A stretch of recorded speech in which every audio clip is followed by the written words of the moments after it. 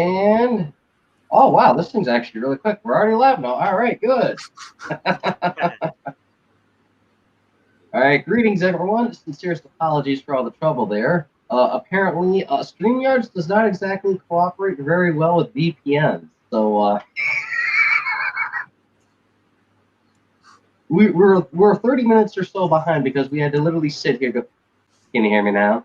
Can you hear me now? Can you hear me now? How about now? Can you hear me now?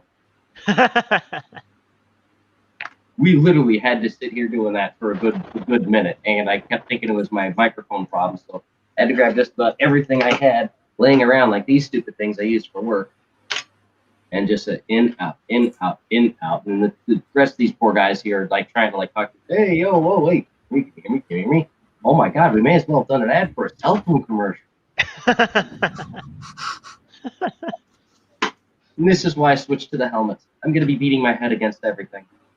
Awesome. More for the AK than anything. Oh, God. Anyways, without further ado, let's get straight into it. Introduce thyselves, merry men. Go ahead, gentlemen. I'm Crossfire. That's about it. All right, excellent. All right. And our syntax error fellow? Oh, it looks like Thor's Children is still looking for screws and nuts and bolts and shit. He's building it. I'm here.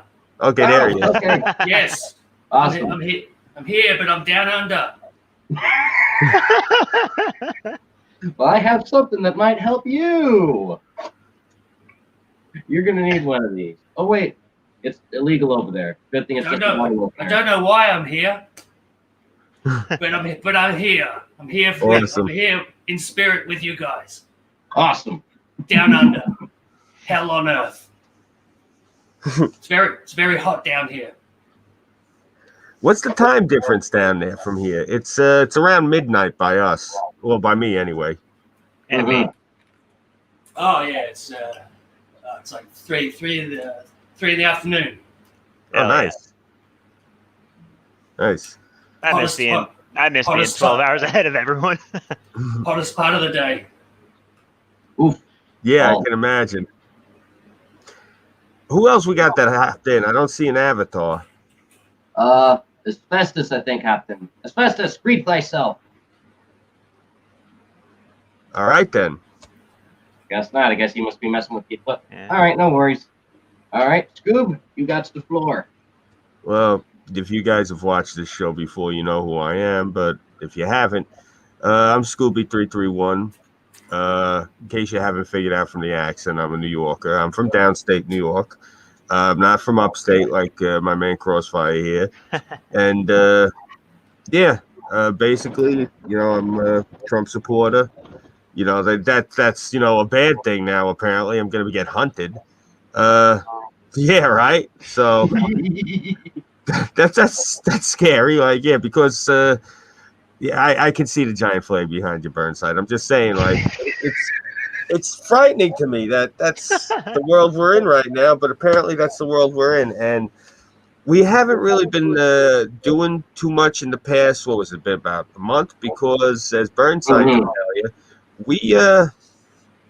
we were actually covering the crazy shit over in DC. So, yeah, we were there on the 6th at the Capitol. And for those of you who are watching this who are concerned, me and him did have our appropriate press passes with us, as you should. And we made sure not to break the law as far as we knew we were breaking it, if we were breaking it. So, haha. No, but seriously, no. We didn't try to break any laws. And this is the thing. Luckily for us, the footage that Burnside and I have, they were actually leading us into the Capitol grounds. They had people dressed up like Uncle Sam up on top of these podiums with megaphones directing the crowd where to go. So I was under the auspice that these were civil servants that worked for the city of DC and were directing the crowd, because there was no security or anything around other than these people. Hold on. Someone just said the stream cut. That quick. The stream got cut. Oh, it did? What? Oh, it says it's still going. We'll have to check. Probably because of what we're talking about. I told you, man, Big Brother. No, it looks like it's still rolling. Awesome. It's still rolling. Yeah, we're good. I just checked on YouTube. Yeah, we're good. But anyways, go on. No, that was the end of it. I was just saying, like, yeah, none of us were actually there. We were just there as journalists to cover the thing. No one actually was there trying to break any laws or anything of that nature.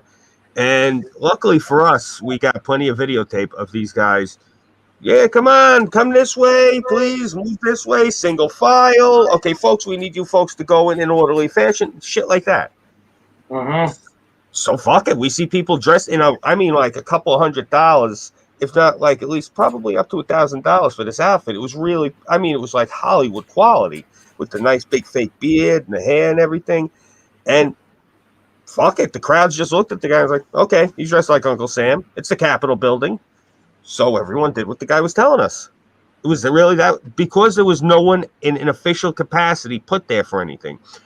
If anything, I blame this all on Muriel Bowser. Oh, absolutely. Yeah. That's awesome. You see that? That's pretty cool. Ah, sweet. I like the get up. Yeah. That is awesome. I see you're really liking those crazy new HUD sunglasses you got in the mail. I think this is the first time you wore them on stream, Burnside. Yeah, I initially bought these specifically for Cyberpunk, and I haven't exactly gotten an email back from the guys, but I'm still playing the game through because apparently people are still covering it because everyone's griping about all the little glitches and stuff. And I'm just having a good time, So, I figured, hey, why not break these suckers out? I mean, I think you were telling me Sticks basically decided to dress up like this. No, he dressed like you with your helmet and your gas mask and your body armor. I could put the gas mask on, but I don't think anyone would be able to understand me. I mean, I could get it. No, you don't have to. I'm just telling you, like, he literally, he had on your shit. I'm looking at him. I'm like, okay, he pilfered Burnside's closet. That's funny. Well, I almost definitely have a beard of that. Well, there you go. Mm-hmm. Well, hold on 1 second. I got to fix something. I'll be right back, gentlemen. All right. Got While you are doing that, I'm going to crack a beer open. One thing I will mention about like DC is my dad does live there. So like he's told me about like some of the stuff that was like just all the military checkpoints and like he. Oh God. Yeah, it was bad. Yeah, it's nuts there. And don't worry, before anyone starts freaking about brandishing, this is a prop gun. Not real. It's no fire bullets. This, if I can get it up, because it's like, come on, is my bottle opener. And I have plenty more of them here. Ha ha ha. Perfectly legal. Sorry, I just, it's a thing I have to do as well as regular PSA because people think I'm running Gun around safety. with guns. Yeah, gun safety. Proceed. You nutty bastard. That's why I like streaming with him, though. Seriously, nah. I was saying it before when you were away from the camera, when you were doing something in the background. It's part of the reason I like going to DC with you all the time. You're good people. You can't kill his enthusiasm either. That city tried. It doesn't work. No, seriously. He's got like Herculean enthusiasm. Like, for anyone watching who's not familiar, New York City and Chicago are both grids. So we were cursing the whole time and yelling and shaking our fists in the air because of how there's no grid in DC. It's a lack of grid. It's actually the only square is the mall, and that's somewhat rectangular. Yeah, DC. If you look at DC as a map, if you just took the lines on the map and removed all the buildings and everything and just put the lines on a blank screen, it actually would look like the inside rails of a pinball machine. Except, like, yeah, it's all the loops and everything and the twists and the turns. I hated it. I even told these cops, I wish I would have gotten on tape. I had these DC cops doubled over laughing And it was a wall of cops that had just finished fighting Antifa too, so there had to be at least 100 of them there. And I said to him, I'm like, officer, I don't mean to disrespect you. I said, but your city, I said, it's like the city in that movie Inception. I said, every time I turn a corner, shit's just moving and changing. I said, I don't know where the hell I am. Even they didn't know where the hell they were at. Right? Yeah, we asked them where we were going. I'm like, we got to go to 7th Street. The white woman cop, she's like, it's over there. And the black guy cop, he's like, no, it's 2 blocks over that way. And the other cop's like, no, it's that way. I'm looking like, shit, okay. I walked away from the cops and I asked the truck driver. Oh, yeah, it was absolutely nuts because it's like it has some form of grid system, but it has streets that run at angles and around corners and that. So it's a pain in the ass to figure it out. Yeah. And they have streets that have names and numbers and then directions like southwest, east-west, north-south, south-north. I know this sounds insane, but this is how they decide to name this shit over there. So using one of these godforsaken things to try and figure out where the hell you're going was a pain in the ass. But just because those damn streets. And the Potomac doesn't even help either. Yeah. It does not. No, we kept getting lost constantly. And good luck trying to use anything in that city as a marker, because I've noticed something about DC. DC is the only place that's flat that behaves like it's a place of valleys and hills, because I'll turn a corner and be like, where the fuck did the monument just go? Like, where did it go? And all of a sudden I'll turn like another corner and then boom, there's the Capitol building, big as life. Like, how the fuck did that just jump out of nowhere? Like, no warning. Like, it's really weird. DC is like a cartoon city. You round corners and shit just appears. It's wild. And like the only place that's really navigable is the mall. Yeah, pretty much. And you know the fucked up part, the most fucked up part about DC? I kept telling Burnside, I fell in love with that city, believe it or not. Just beautiful city, the architecture. Yeah. It's such a shame, you know, my condolences to your father. You said he lives over there. Oh, yeah. Those neighbors, my God, they look, the people around here and around by Burnside look like you can live with them. I mean, I have never seen such insufferable people as in DC. And I go into Manhattan a lot. I thought Manhattan was bad.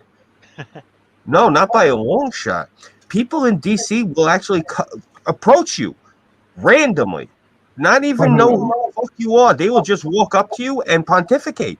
I couldn't believe that shit. You don't get that in Manhattan. I mean, they'll try, but you tell them to fuck off and you push past them and keep moving. I had like the first time we were ever in DC with his girlfriend Tara. We were at this bar, and this girl started like this to me and him and her, and it's telling us how we have to make sure while we're in DC that we go to only ethnic and color minority businesses and only buy from diverse businesses.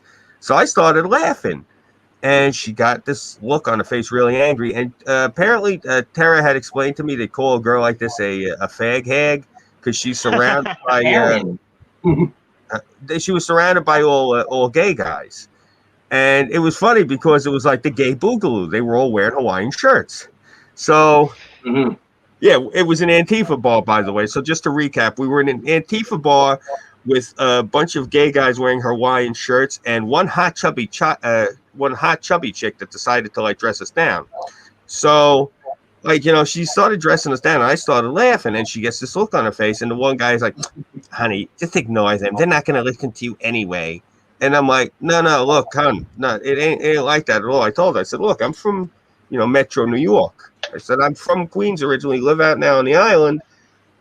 My whole neighborhood's diverse. Like, I don't know any, like, what you would call white people that live around by me. I mean, I could talk to one guy, and he you. They don't look like you. That's what I'm saying. Like everyone around here, you know, there's a lot of diversity all over the place. Like you'll talk to one guy, he'll have red hair and, you know, green eyes, and you think he's Irish. It turns out he's like some form of Turkish, like some village in his area that they're all gingers. And I know a ginger Turk because I'm not just pulling the shit out of thin air. So, yeah, that's what I'm saying. Like, I was just trying to stress to this broad, like, yeah, I understand what you're saying, but I'm not the person to browbeat this with. She figured we stumbled into her bar and that we were all from like, and this is no disrespect to anybody listening, that we were like from like flyover country where we'd never seen a person of color except in like National Geographic or some shit. Yes. I felt bad for her too. She got herself all built up and like started lacing into us, and she just picked the wrong crowd. Yeah, they all literally tried to start a fight with us, and we diffused the hell out of them. The only real thing that happened out of left field was the one drunken broad that was amongst all the homos, like kept smacking into me because she was like trying to drag me to bed. Oh yeah, the other girl that was there, the blonde. I'm not into blondes, that's why I don't remember her. She was nice looking though. And contrary to popular belief, in upstate New York where I lived, I only knew probably like, I could honestly count the amount of black people I knew on my hand. It wasn't until the Marine Corps that I saw like way more people. Yeah, I could believe that because I went to school up in Utica for a minute. And I had the kids. I'd be sitting in like my dorm room and I'd hear, and I'm like, what the fuck is that? So I go open the door. I'm like, yeah, what do you need? And they're like, yeah, Scoop, could you do us a favor? I'm like, what? They're like, that black kid borrowed my thing, whatever it was, I forget. And I'm like, yeah. Can you ask him to give it back to me? Why don't you ask him yourself? Well, you're afraid to ask him. Well, I'm like, yeah, all right, I'll go ask him. So I go and I'm talking to them. And I walk in and, there's a room full of about, 10, 15 black kids. So I go waltzing in. And I'm like, yo, what's up? And so I'm talking to them. And so they didn't realize where I was from at first.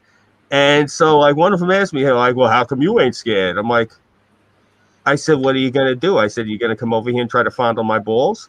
And so, and the guy whose room it was, he's like, yeah, yo, Scooby lives down by me. And he's like, oh, okay. So, he gave me the kid shit back. And I told him, I said, yeah, look, I said, I'm sorry to bother you with this. But, I said, the kid, he's, for whatever reason, is afraid to come ask you for the thing back. And so they're like, what the fuck is with these kids? And this is the God's honest truth. I told them, I said, a few of these kids that I talked to have told me that you're the first black people they ever seen in real life. And they're like, get the fuck out of here. I go, I swear to God. I said, the one kid told me he's only seen black people in TV and movies, and he was afraid he didn't know how to, like, talk to you. Yeah, that's what I'm saying. Greetings, fellow children. I would like to converse with thee. Now, to be fair, I got to make this a point. This was also the point in my life where I think I was about 20 years old at this point. I was up in Utica in college. I had never seen cows before on television either. I'd never seen cows except on TV or except in movies and shit. So I never seen cows in person. You wanted to punch me. I think I told you I'd never seen them. And like, I'm in the car with these people and we're driving past and I'm like, oh shit, cows.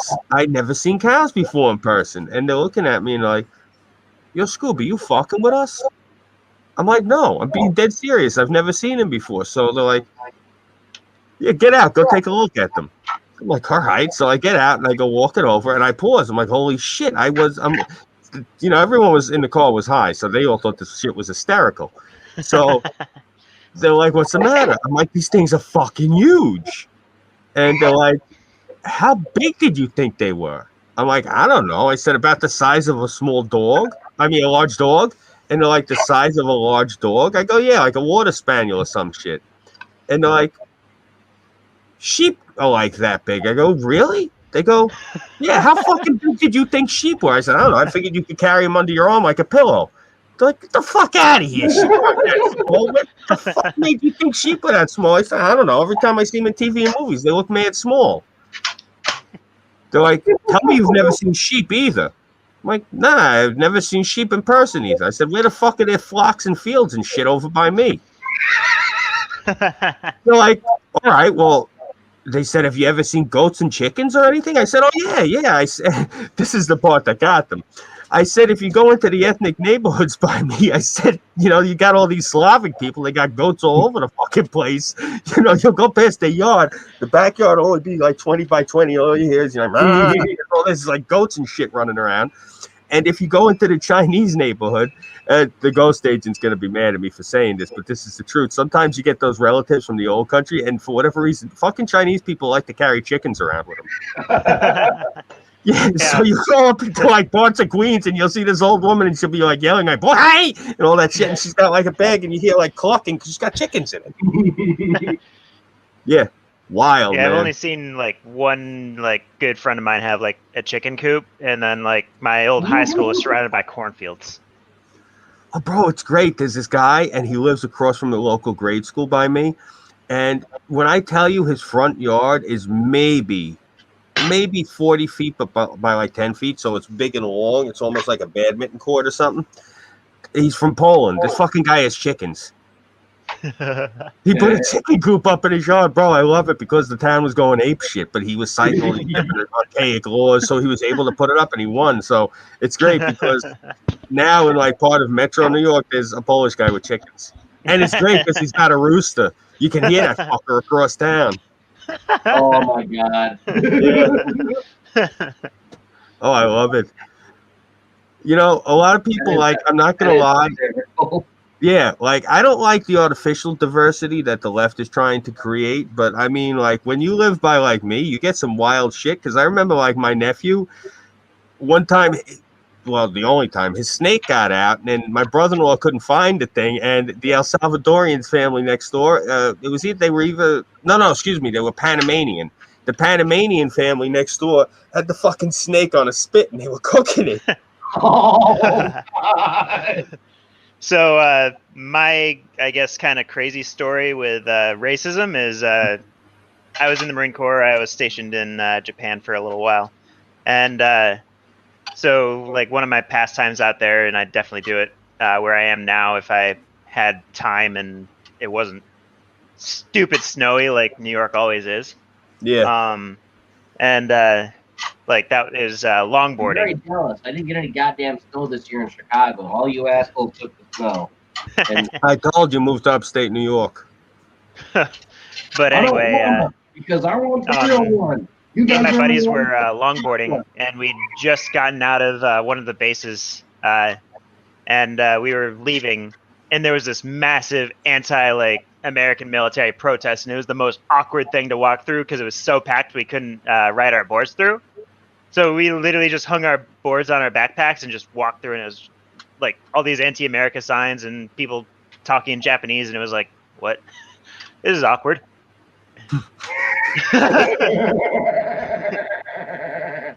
You gotta love that. Well, we're being protested against. What do we do? Nothing. Go straight through. Yeah, seriously, fuck Yeah, them. and it was Okinawa where I was stationed. So Oh God. Oh, nice. Yeah, there's reasons for them to protest there. That's why my whole attitude changed when you said Okinawa. You just said Japan. You didn't tell me Okinawa. That's like a whole. Yeah, it was Okinawa. Yeah, Okinawa Great place. Where there's It's a weird disagreement too. All the younger generations are completely fine with us. It's the older generations that have an issue with us being there. Mainly because I don't really want to go into this stuff because of YouTube, but there's so much fucked up stuff. You have to look it up on your own. No, we're both familiar. My whole family. You guys are. Yeah. My Nana, she actually was over at one of them bases over in Okinawa, as were my uncles when they were younger, and a couple other people I ran into. It's really weird how the world, thanks to internet and comedy and running people by circumstance, tends to shrink. Where it's like you mention a couple people in your family, a couple people and then they go, "Oh, I was over at that base too." Yeah, the real. Here, let me tell you a story about some crazy things. You said who and who. Well, you probably heard this one before, and then you start hearing about the crazy stuff, and then you want. And best part is the last major lockdown that happened on Okinawa was right when I first got there. So as soon as I was eligible to be able to drink off base and stuff, they locked down. Yeah, that sucks. Yeah, so My that's fault. one thing I used to hear about all the off-base experiences was insane bar crawls, insane bar fights, and the hooker epidemic, and all of the vaccinations that came after the hooker epidemic. I have a cat climbing my chair, and that's scary. Hope he just doesn't land in your lap. Mm-hmm. My father Eh, was he I'm was more over worried it. about getting scratched in the eye, to be honest. Oh, yeah, yeah. Before we do get too deep into it, though, I do want to, as I did make the agreement, I did want to do the PSA for Hey, this is a very good friend. transition. Yeah.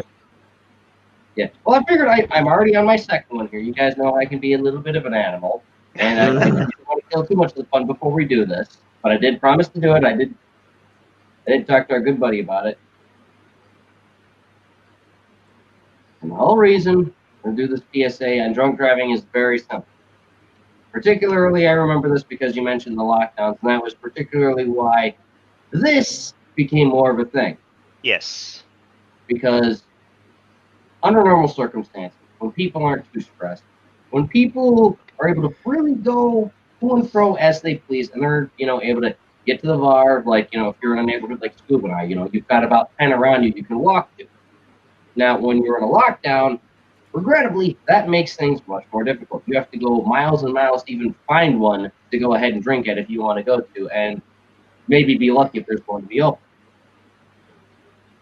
Now, for those that are regrettably on hard times, alcohol has regrettably been something that they go to. And as it winds up being a go-to because, God forbid, you can't go to a church, you can't talk to a therapist, everyone's got to have these walls in between each other that are thicker than my freaking bottle openers that I've got here. So because of the lack of human communication and just the regular being able to socialize with people, regrettably, a lot of people have broken down and they've just gone into quite an abyss. So people that are out there, out of all the insane things that are going on, totally understand why you're feeling like absolute crap. But please, don't drink and drive. If anything, stream like we're doing and have a couple beers if you gotta have. I know we're under hard times. No, it's a real pain in the ass in that, and you want to just run away from it, but don't run into your goal. The good thing is, at least in circumstances like what got going on, you can at least plug yourself into the net. You can have yourself, and you can talk with people, even though it's not exactly the same as being person to person in front of somebody at the old cantina, sitting down having a feeling bullshitting. You can at least take some of that burden off your shoulders and put it out. You don't have to do it online if you don't want to and put it up as like this whole big ordeal and that. You can do a whole offline thing to just kind of like do your own journal to get it off your chest. Because a lot of therapists have said that in times when you can't really talk to people, one thing that does actually help is to make a diary and just write down all the things that are bothering the hell out of you and make a journal out of your diary. And it does help a little bit. Better than nothing during times we got now. So Yeah. absolutely no problem with having a couple beers. Just whatever you do, don't drink and drive. Because not only during the seasons like we have now, where it's god awful winternal apocalypse, and you got your black ice that's just waiting to kill your sorry ass, you've got the super troopers that are waiting to cuff and stuff. And if you want a real one of these and not a prop, yeah, don't get a felony. You drink and drive, you ain't gonna be able to have one of these. It's a lot funner to take one of these, go to the range, because thankfully they're open at least, and just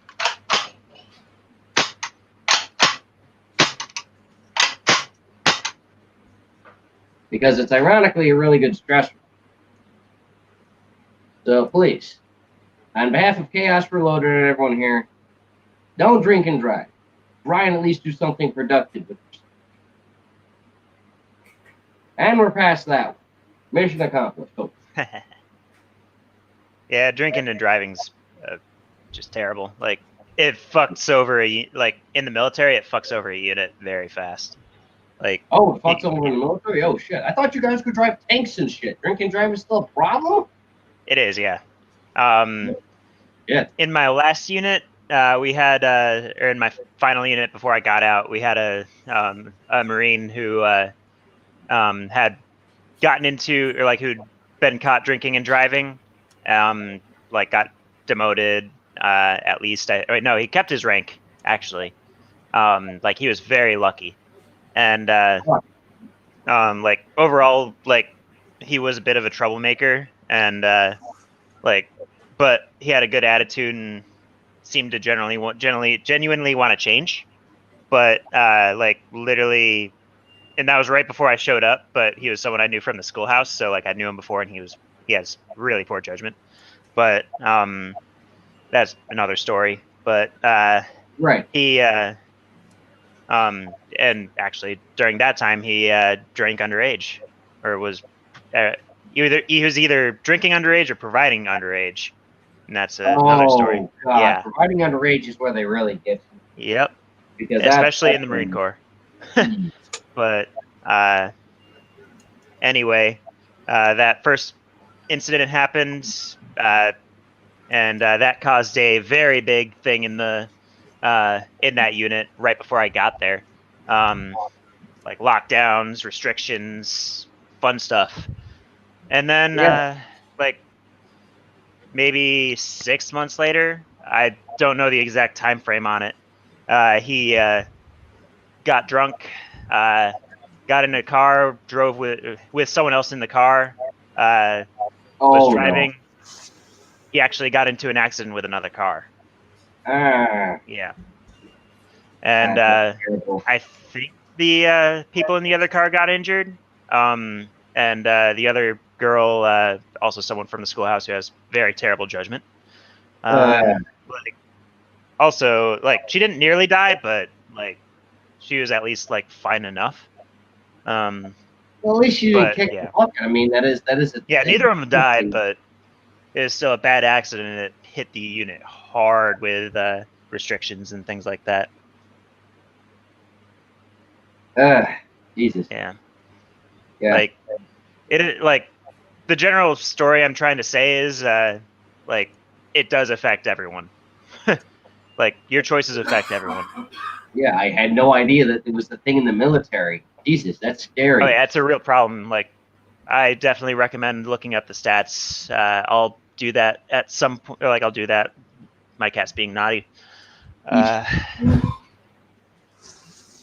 Brad, you there? I know we've kind of been like talking over you in that, but I like the setup you have. Is that floor you've got that setup on?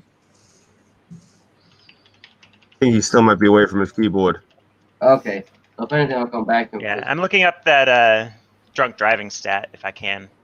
Oops. Oh, by all means, go right ahead. I mean, I didn't think drunk driving was a thing in the military. I mean, it's crazy you can lose your rank for it, though. It does make a bit of sense. Jesus, that's terrifying. Yeah. According to, I can actually share my screen probably if that's no big deal. Proceed by all means. If you want, I will absolutely present you. Just give me the word, man. Yeah, give me a second. I got the article up.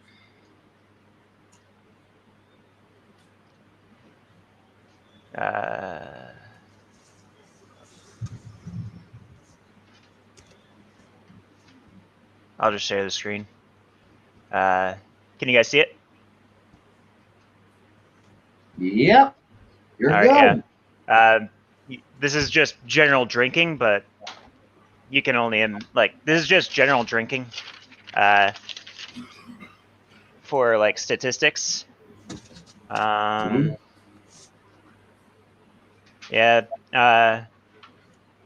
Found that troops spend more days a year consuming alcohol than people in any other industry. They also binge drink more, imbibing at least 4 or 5 alcoholic beverages a day in one sitting, at least 41 days a year. The most of any occupation. That's the CDC's definition of binge drinking, depending on gender. Wow. And this is April 2019 too. So like within the last year, they did this like study or.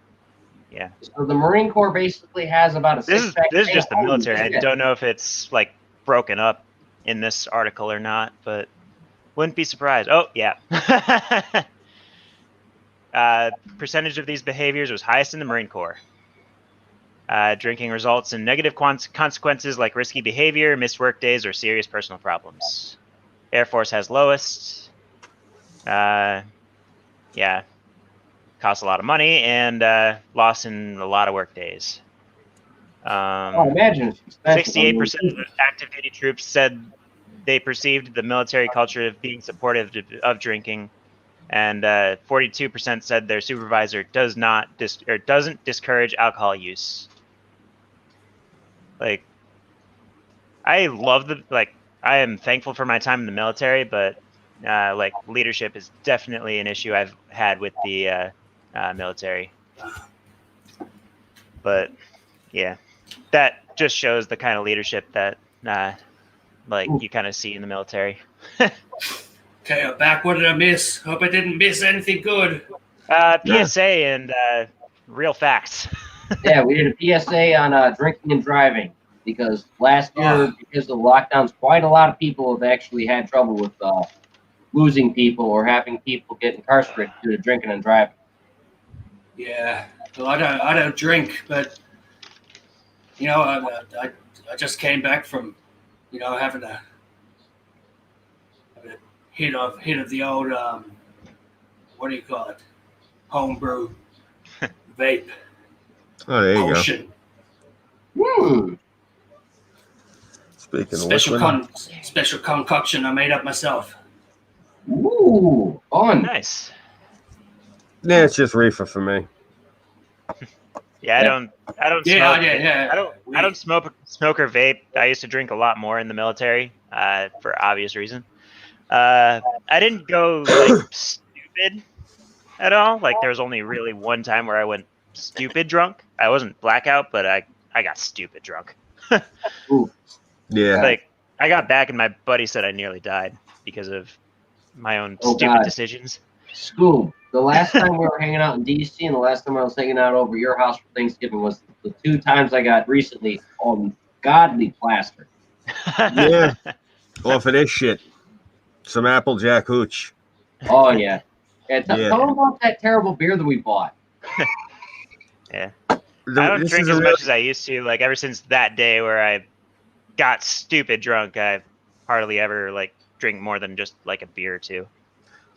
So when we were in DC this last time to cover what went down, yeah, we went to this liquor store and I should have, looking back on it, I should have got the hooch, but I decided, all right, I'll get beer instead.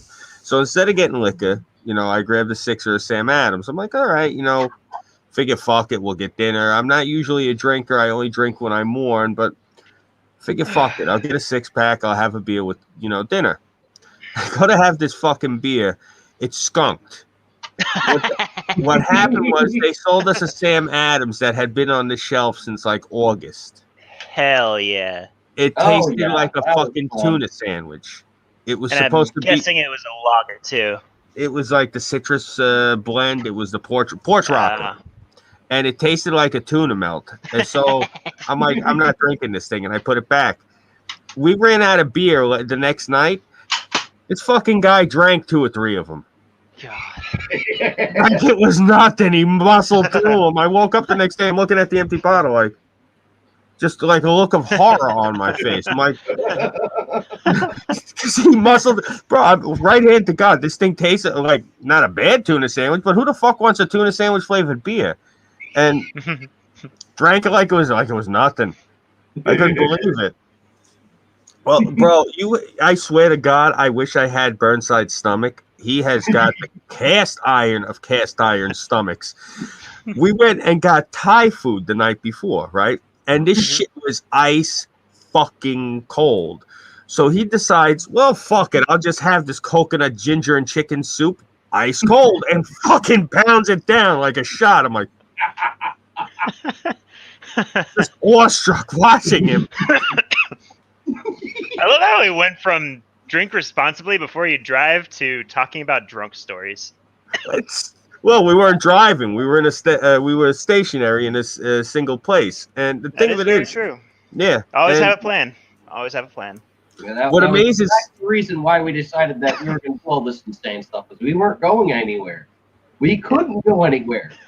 So we decided, all right, we're going to stay home. And I I cranked back my entire 6-pack and 3 of his bad beers in between getting back from DC to recapping it with our buddy Jaffe from World Pirate Radio and his buddy who later on wound up doing his own thing later. I was like, come on. I was like, all right, fine. Who goes by Barbecue Jim on D-Live. He's basically their conspiracy saint. It's not bad. Insanity. He's actually quite the gentleman. It's not bad enough that you drank the tuna beer after you finished off your own. You see, the thing of it is also you left out the part that you had a whole bottle of warm sake with dinner. Oh, Yeah. That you had warm sake with Thai food, which does not mix, and then we had all this beer. Then he had the skunk beer, and to top it off, he polished off the Applejack too. I mean, hot sake is really good though. It tastes like warm champagne to me. I like it. Like that was probably my favorite way to have sake. Yeah, I usually had it with like sushi or something, but yeah. Yeah, he saw Asian food, so he said, "Fuck it, sake." So he paints it with a broad brush. So It was the kind I used to drink all the time. It was the regular Kikkoman $6. yeah, No, not Kikkoman. Gekkikan. yeah, that shit. And what had happened was I had told him I didn't know. I had only found out when I was watching, ironically, after we got back. I was watching a video about the company that makes this shit that is in this flask. Yeah. It's called Laird's. It's now they make Applejack and they make apple brandy, and so I, not being a drinker, was not aware of it. So I had just bought what was called the Jersey Lightning Applejack. So I said, okay, fine. This shit you're supposed to actually mix in drinks. You're not supposed to drink it straight. So Oh, God. Are you going to tell him about that time I wound up staggering around? no, I was just talking about DC. I wasn't talking about Thanksgiving. Oh, okay. Thanksgiving, oh my God. Yeah, you were completely destroyed. We finished the whole bottle in one sitting, and then he's insisting we have to walk to a bar. I'm like, it's Thanksgiving, it's a pandemic. I don't think the bar is going to be open. Don't know how the fuck he talked me into it, but there we are on the street walking fucking with a flask going to the bar. And it was the scariest thing I'd ever seen because my neighborhood was abandoned. It's never abandoned, but no one around. Fucking There was only pandemic. one car. Yeah, it's that freaky. One car. Oh, this stuff smells great. It smells great. Oh my God, it's like drinking a Sterno. Yeah, it really is. The other stuff, I posted it up in the server. If you look, I put it in the Not Safe for Work channel, and instead of share, you can tell what station of my life I'm in. I'm not even sharing pictures of nude broads. I'm sharing bottles of liquor because I know no one's under 21's allowed in that room. So, that seriously. I bet you guys didn't know that you can actually get a Discord shut down if you post a picture of a bottle of liquor or a beer in a room that's not a Not Safe for Work channel. Oh hell yeah! Who figured? Well, it's because there could be somebody in there under 21. Yeah. Not Safe for Work is 18 and older. I do find Discord's like kind of just not safe for work security kind of just silly. It's just like, are you over 21? Yes or no? No other like little check to it. Yeah. And it's just like, here's all the mature things. The only thing I dislike about Discord is I get into arguments sometimes with these kids. Like there was the one kid that time in Sargon server, and I'm telling the kid, about it. They showed that video of what happened up in Portland where there was a group of Trump supporters, and one of them walked away from the group, and the security guard shot him in the head, like from about 5 yards away. Yeah. I was saying to these kids, like, yeah, listen. You don't ever want to leave the group. You stay together as a group. And literally, the minute this guy broke out from the group, he got shot. And for whatever reason, this guy started giving me a hard time in the server. And he was telling me that I was LARPing because I told him, I said, you could tell by looking at me, I'm not exactly a small guy. I was telling him how when I was younger, I used to do security and where I used to do security. So he's like, yeah, LARPer. I'm like, all right. And the thing that annoys me about this is not that they're calling you out, not that they're trying to pull your card, because people are going to do that. The thing of it is, if I'm giving you sound advice, and for whatever reason you decide you're going to tell people to do the opposite because you don't like me or not believe in me, to me that's really gets my goat, because now you're putting people in harm's way just over something petty as, well, this guy is talking on the internet, and to me it sniffs of bullshit, so I'm going to pull his card. Yeah, fine, bet. You want to pull my card, go right the fuck ahead. But again, don't sit there and tell people, ignore everything he's saying and do the opposite, which is not verbatim, but it's pretty close to what this guy was saying. And it's like, I'm telling people not to get shot. What the fuck is the matter with you? That's one of the biggest problems I have with like people on Discord is you meet common sense. Yeah, you meet a lot of morons, and it's like common sense ain't common with these people. They're out of their goddamn mind. Like, I don't know. I'm an old-fashioned, I'm a good little Catholic boy the way I was raised, and it's just it's one of those things. Like, I'm not gonna sit here and like I've had people who like, I mean, you seen how that one guy was asking. Oh, it was Ren. Yeah, Ren, you were asking earlier about all the crazy shit that idiot has been putting out about me on videos. I've never even watched them. I only found out like about a week or two ago. I didn't even know, because I've never watched his videos. I didn't know that this guy was taking my voice and chopping it up to make me say shit I never said. I was wondering why people were getting all angry with me. He had me saying horrible shit in his videos. I didn't know he was doing that, because I didn't care enough to watch the videos. Yeah, you didn't know either. We never watched the videos. Who gave a fuck? Well, why am I going to pay attention to a psychotic moron?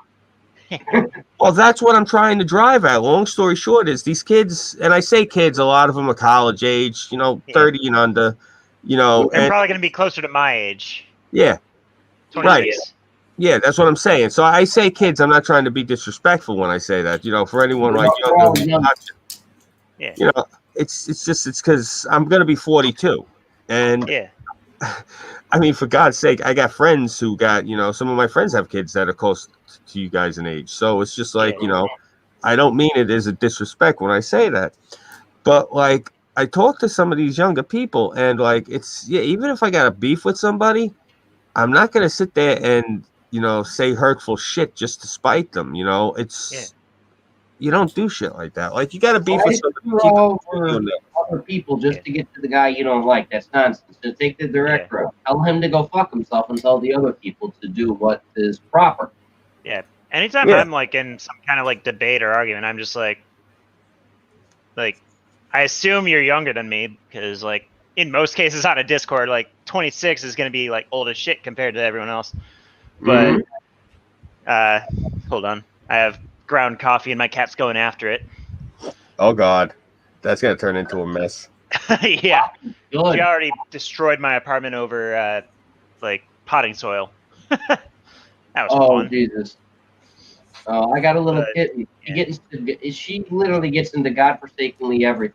Oh yeah. Anything that's got leather on it, she tears the hell out of it. All our seats, she's clawed the snot out of.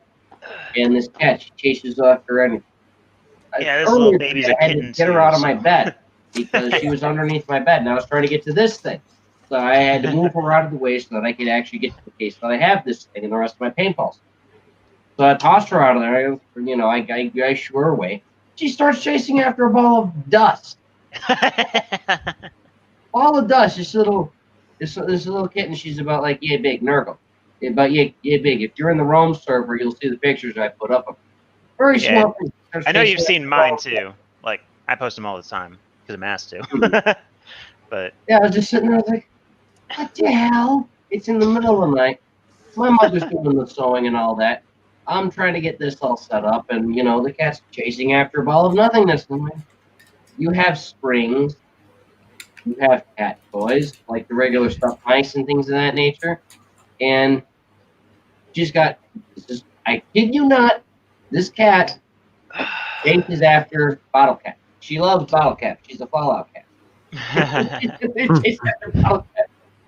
Like, we had a small party. We had a couple people over, and everyone started, just because, they were being funny at first, and, like, they saw the cats zipping around this and that, so they started throwing a couple of these, and my mother was upset about it.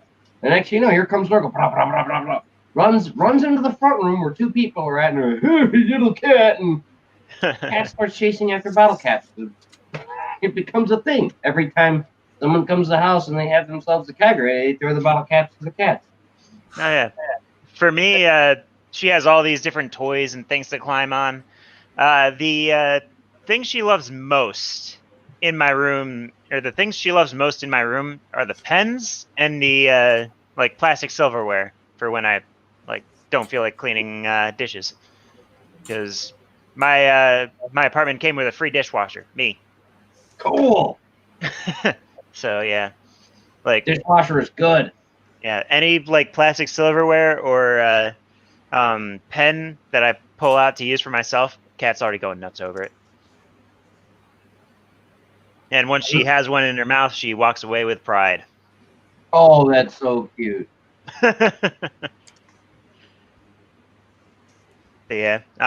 Anyway, like age, like I've definitely had like in my opinion more experience than most of the people in that server. Like there's one like calling me out for service because I said the wrong or like the quote unquote wrong definition of domestic terrorism.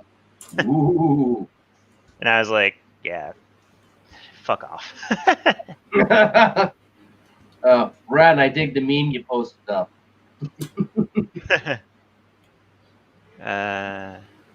He's a creative guy. I like having this dude around. I mean, I'm sorry we're all like yelling over you and stuff, Motherfucker. I'd love to know what game it is that you're playing where you got your character all decked out like that. That's actually kind of neat. I thought it was Fallout. Oh, the Division. Nice. The Division 2, Tom Clancy's. Yeah. About the virus. Comical irony. We're living in New York and in DC. The breakout of the virus and the destruction of the fucking. So let me get this right. It's a fucking joke, isn't it? It's predictive programming. It is predictive programming. That's why I don't buy into a lot of the video game nonsense. I just do it for my own psychotic enjoyment. It's just ridiculous. It's just absolute bullshit. This is what's going on, isn't it? Yep. Fucking joke. Like the first Division game takes place over in your neighborhood, Scoob, and your neighborhood X-Fire. So right over in New York proper, and it's got this whole place all abandoned and quarantined and stuff because of a situation we got now with the pandemic and all this nonsense. You're dropped into special forces, and the second one apparently is in DC. Yeah, Jesus, boy, they really want to prep you for the programming and all of the political nonsense they're going to wind up doing in the next 2 or 3 years. Jesus. Maybe this is why video games are collapsing. Good God, am I glad I don't give them a lot of money every year. Fuck. Yeah, I only like the only games I've really been playing are like just random like JRPGs that I'm interested in like Atelier Ryza or like the Atelier series in general. Italia? And then Atelier is some French word in a Japanese game. Italia. Yeah, I have no idea how to pronounce it, to be honest. But like that game's really fun for me. It's really relaxing. Other ones I like playing are obviously we've talked about modding Fallout 4.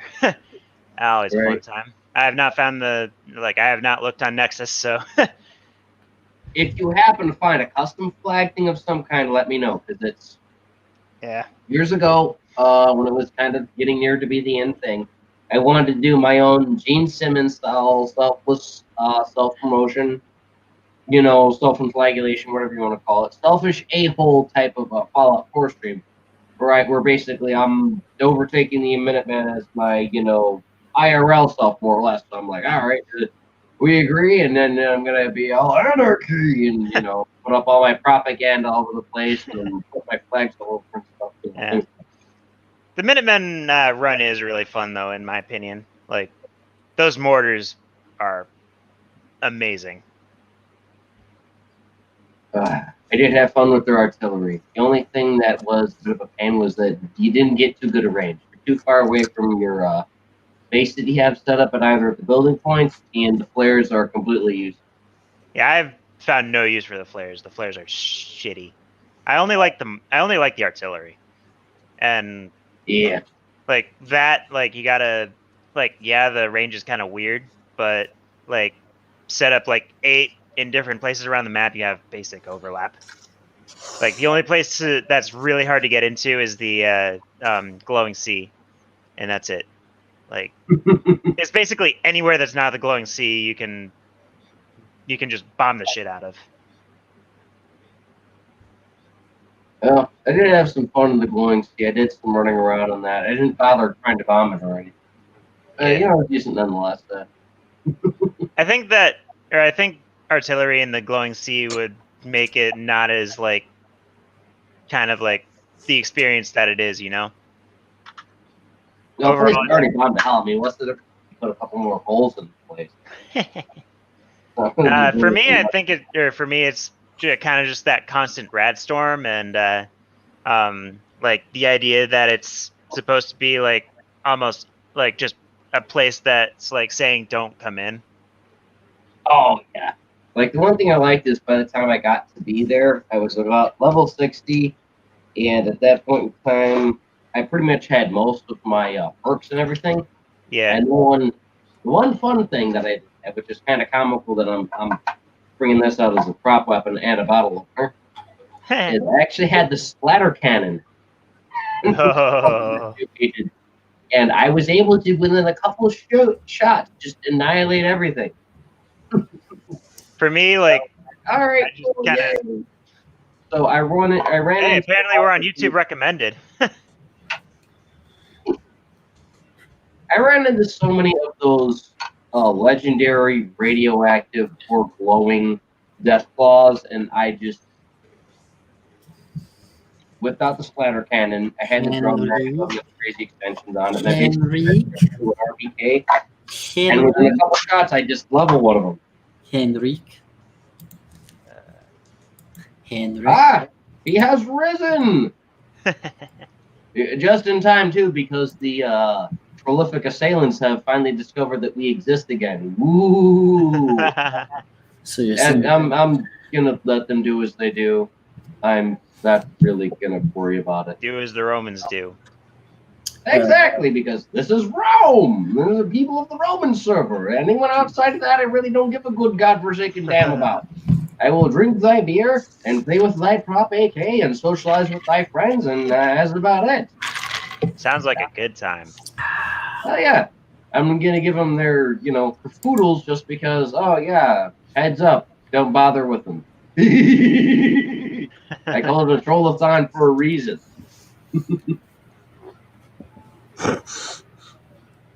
Well, anyway, you got to do to have fun. Right. Yeah, well, I figured that these people would show up at some point in time, and they're going to take their snippets and do the thing, whatever. So,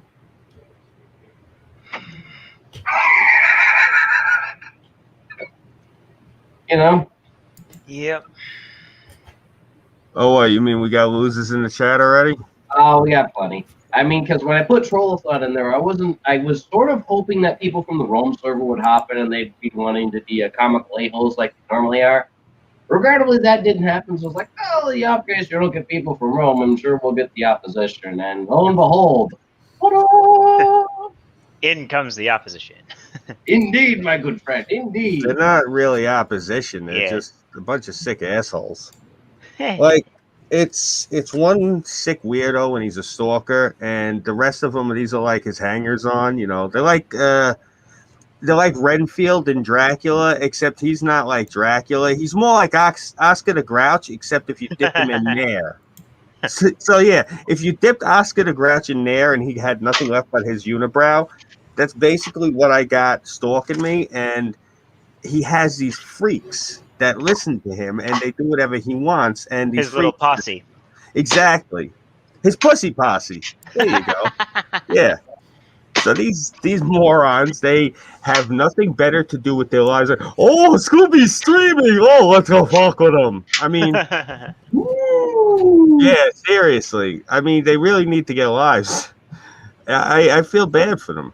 I really do. I mean, for those of you guys who are watching, check this out. I'm giving you a digital hug. It'll be okay. Hey, do me a favor. Yeah. when I was playing with the prop gun, please turn that into a GIF because I'm such a boomer, I can't figure out how to do that.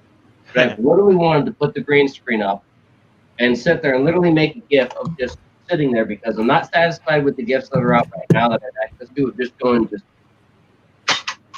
If you do that with the green screen, people are gonna take it and they're gonna be doing shit to you like Baron did to Steve Shives. You're gonna have gay guys like sitting there whacking you in the head with their speedos and shit. well, that's why I got the flags up, so they're not really able to do that. And they're not really that creative in general, but I wanted to like make a GIF of just like literally just sitting there, just like.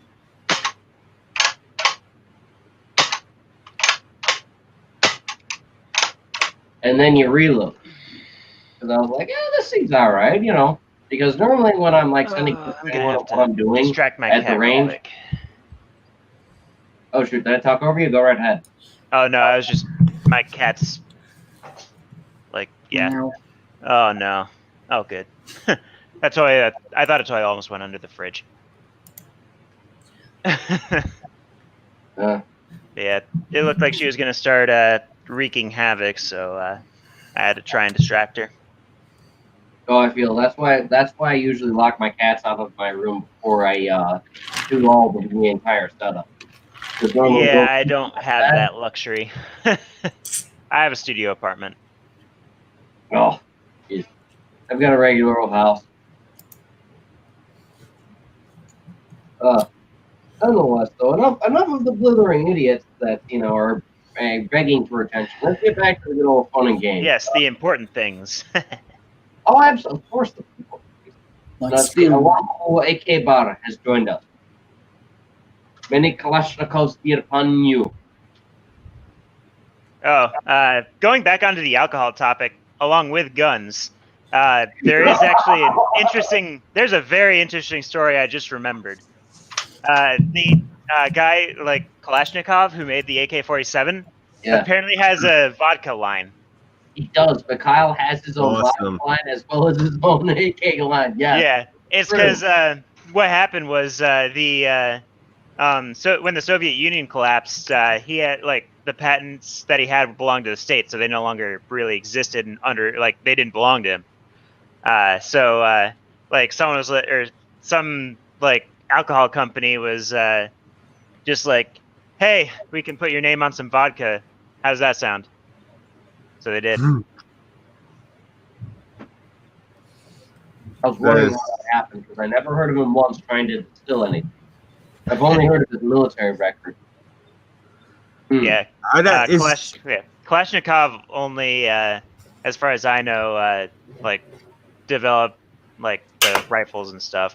The only reason his name is on vodka is because a company was like, hey, we can do that for you.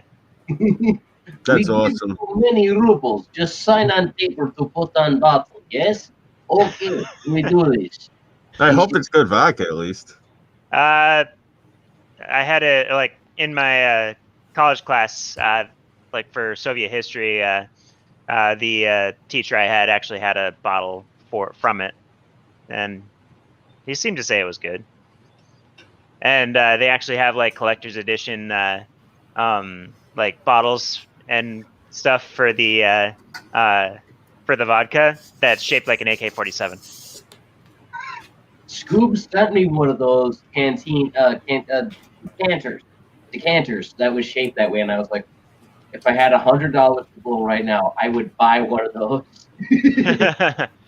I forget how much those are. It looked like a very cheap, bulky version of this prop gun I've got right here, but made out of glass, and was only about from the end of the buttstock to about right here, where the front grip actually ends. I was just like, I don't care. Yeah, the army box that has the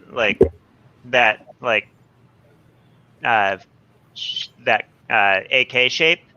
Yeah. I see on winesearcher.com it's like $45, but who knows? Ooh. Yeah. Just really quick, I have to clarify something.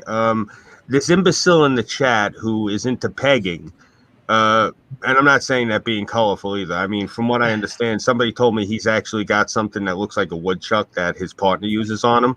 Anyway, Oh, no. now I'm quoting him here. He said, "All right, gonna bounce just in case the FBI is watching. These guys, we're part of the mob that stormed the DC Capitol." I believe you meant were. Now, what he's alluding to was when we were at the Capitol on the 6th. That would be Burnside and myself. We are journalists. We have press passes and full credentials, and we have on the tape that I was talking about earlier. There was actually people that were leading the crowd, and we have all that footage. We just actually haven't gotten a chance to edit it and upload it all yet. When I say edit, it's just going to be removing the shit where it's like filming the ground and up in the air, that sort of shit. But basically, we're going to try to make it look a little bit more professional. We'll obviously put up the unedited one also, where you can see all the camera looking all over the place and shit when I'm going through the crowds. But otherwise, I wanted to try to make it look cleaner. But yeah, we were basically when they were storming the building, as they're saying, that was on the other side of the building. We were in the back by the bleachers. So what we have on footage is all of these guys up on bleachers, waving flags, singing the national anthem, that sort of shit. And we figured if anything, they were going to come and they were going to get tear gas them and pepper spray the people that were on the bleachers. If any. Yeah, we had about 5 people come up to us that were saying that, oh, I just got done being pepper sprayed, or oh, I'm just getting out of the tear gas, so don't mind me crying. I was like, all right, cool. And we're looking around. We didn't see anything, so okay. So we were basically We got close to the back door. That's all. And there were about 5 different Uncle Sams. If I remember correctly, the Uncle Sam that was going with the DJ equipment, that had the mobile taco stand looking thing, was the guy that stood up, and was sitting there with the megaphone going, "Oh, come on, come on, come on, come on!" And then he pulled me up with him, and was like, I was like, doing the photo shoot where I'm in the whole get up and that, and I'm like, come on, this way, and then I fell into the bush. Yeah. Lunatic climbs up on the thing and falls into the bushes dressed like Darth Vader. Yeah. Fortunately, that was talent, but it was still with me because I didn't lose anything. I got my book and I got my paper. I still have that if we want to dig it out, but it's a petition for ending the Communist Party of China, the CCP, Chinese Communist Party, Communist Chinese Party, whichever way you want to say it. Yeah, like when we first started walking, we joined into this parade of people. We were actually walking with these representatives from Vietnam. They were in full military regalia. They had their flags and everything. We weren't walking with them, but may as well have been walking with them because that's who we were wound just up being. Behind them while they were walking in formation, which I found out later on I was like, oh, I love your uniform. Or they just looked at me and went right back to marching. The idiot I am. Yeah. But it was all a cool experience until like later on when it started to unravel, because where we were, everyone was just there, and they were just at the Capitol building, and everyone was looking around like, okay, what are we doing? Like the thing is, me and him had gotten there late, and when we were first going with the crowd, I thought that we were going towards Trump's speech, and then the parade turned and was going to the Capitol. So I'm like, all right, I knew Alex Jones was speaking. I guess we must have missed Trump. And so I guess we're going to go watch Alex Jones speak, because I thought he was speaking at like 6 o'clock or whatever up over at the Capitol building. Burnside had been telling me the schedule earlier. I wasn't really paying too attention. I had 1,000 things going on in my head that day, because you're going to be covering an event in we DC. were incredibly about an hour and a half, give or take, behind Alex's speech that he gave. And he did switch it to the White House from the Capitol building. He was intending to speak the Capitol building, but from the videos that he posted afterwards, was that he wound up basically having a couple people pull him aside, going, "Hey, this is going on, that's going on," and he changed it up. Yeah. Hold it, you guys, quiet. All right, you got it. You gotta work.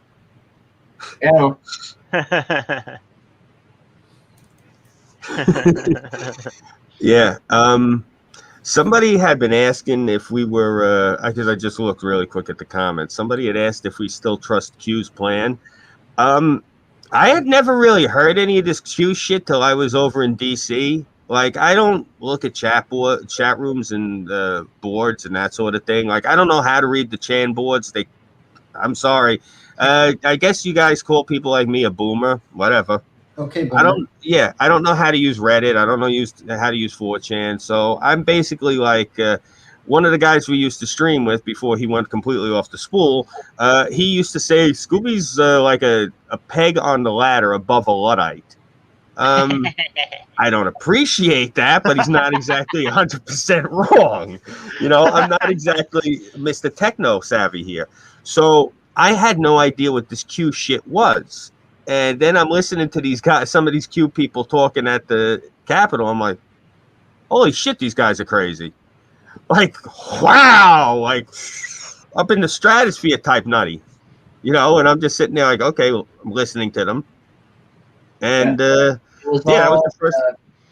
it was all a combination of Bible verses, Bible teachings, proclamations in the name of the Savior, and conspiracy theories. Because there was a couple of people that were converging at the Capitol, where they were either doing the Bible studies, or they were shouting out about this is part of the plan, this is the plan, here's what we're going to do. And ironically enough, due to space constraints, they ran into each other, and they started talking to each other. And that probably got didn't go. strange. Because we're sitting there with their, like I'm sitting here with the beer. This is how they were sitting there with their microphones. They were going on about Father, Son, Holy Spirit, Amen, or the President, the Senator, and Mike Pence, and here's the plan, oh my. They're about like 10 feet apart from each other, and they were sitting there going on and on and on and on, and on about this. Yeah, fun stuff.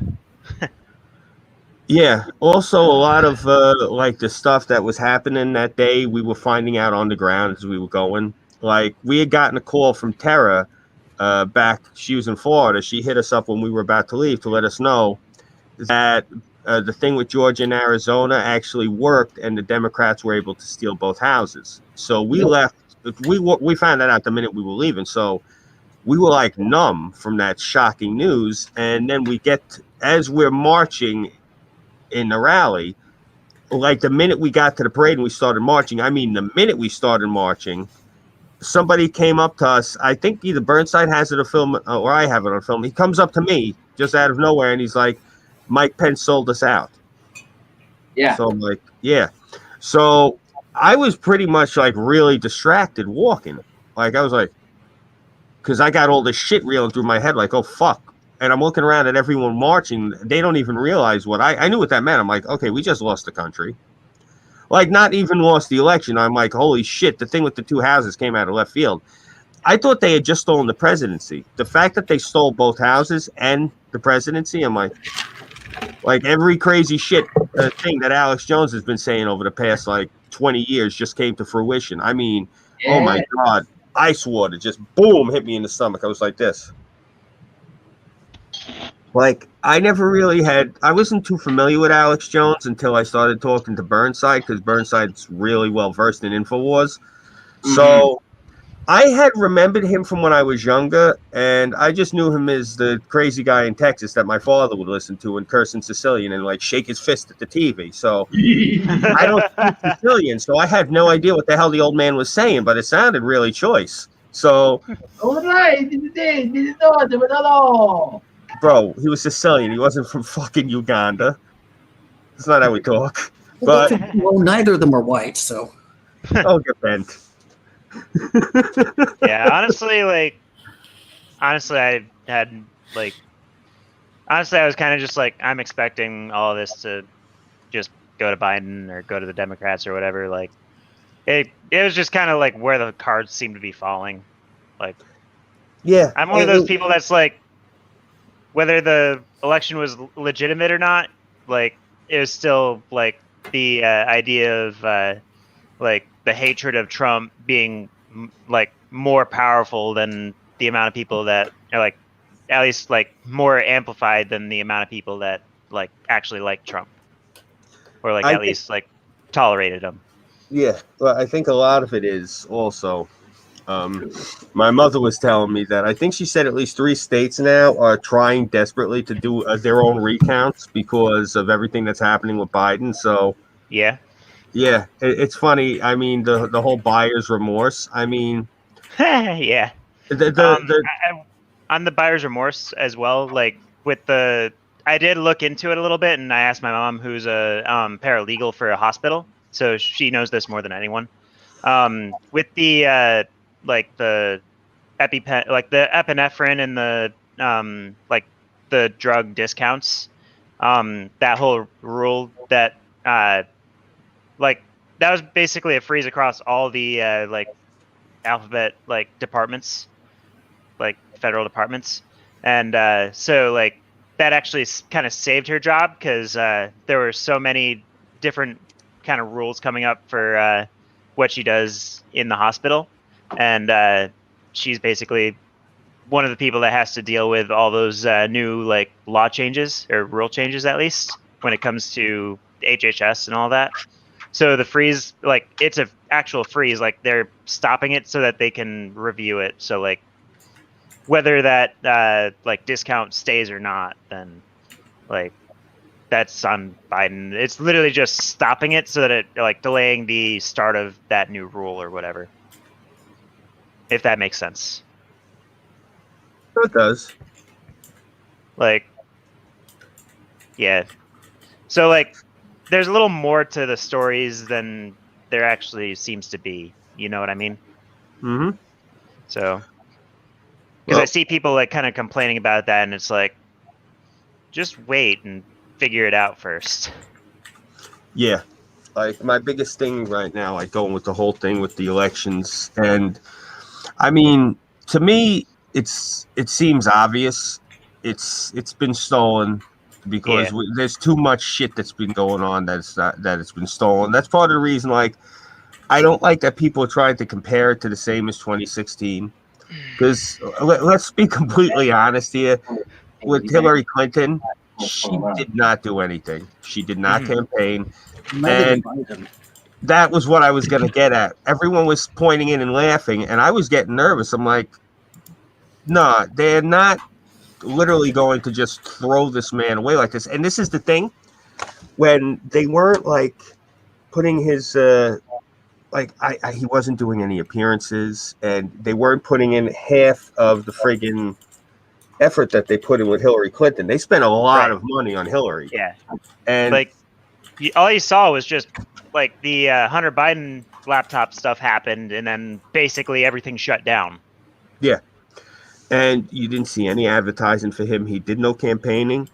And you're going to tell me that, first off, I don't believe this shit when they're talking about Black America, Hispanic America. I live in the hood. So these are my neighbors that they're trying to talk about. I go and I talk to these people. And you know what?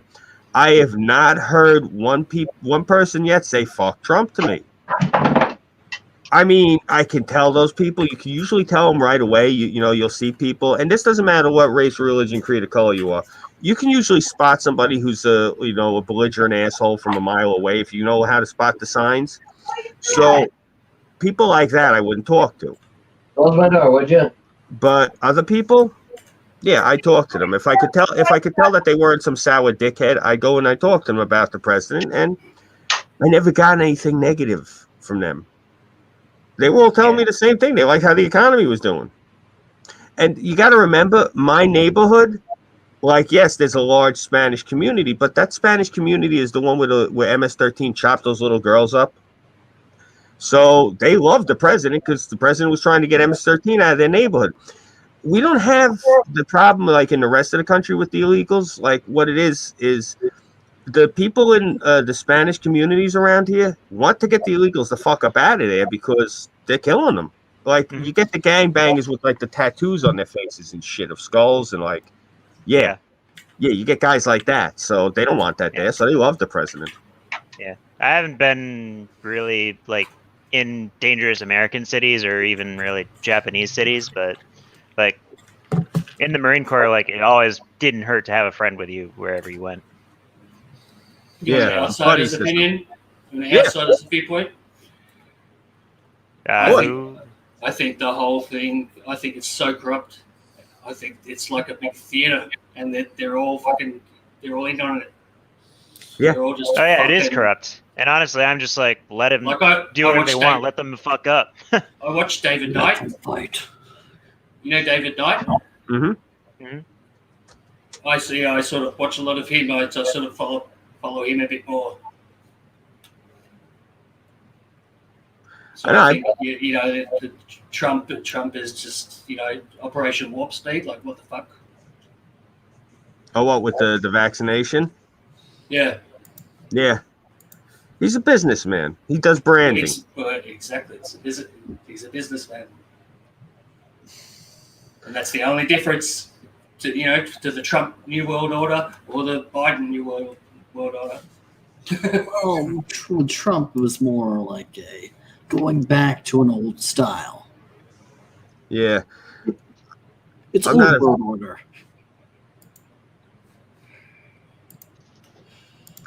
I'll be honest with you. Like, I'm not too big of a fan of David Knight, and I've never been too big of a fan of Chernovich either. Now, not comparing the two of them, because I'll give David Knight a lot more integrity to his character than Chernovich easily. That's a given. But that still having been said, David Knight's problem is David Knight never trusted Donald Trump. Never had any interest in trusting him. Not that he should. He's welcome to his opinion. But He was anytime, a libertarian, and that was the main thing with David Knight. And he's too Yeah. much of a gentleman to boot. I like him being a gentleman. That part I enjoyed, and I always enjoyed watching him. But the problem was he wasn't good at long game politics. And this is the same thing I used to say about Lionel Nation also, because he's another libertarian that doesn't know long game politics. When the thing happened with the Syria bombing, this is actually how me and Burnside started talking, is he asked me about my opinion of the bombing of Syria. And like at what had happened, I told him, I said, it's a dog wag. He goes, what you mean? I said, okay, check this out. They bombed Syria. Why did they do it right after the close of the first fiscal quarter for all of the markets? Why did they do it at an old, outdated base? I said, and why was it only with a minimal skeleton crew, who I guarantee you, if you look into it, they probably all had terminal diseases.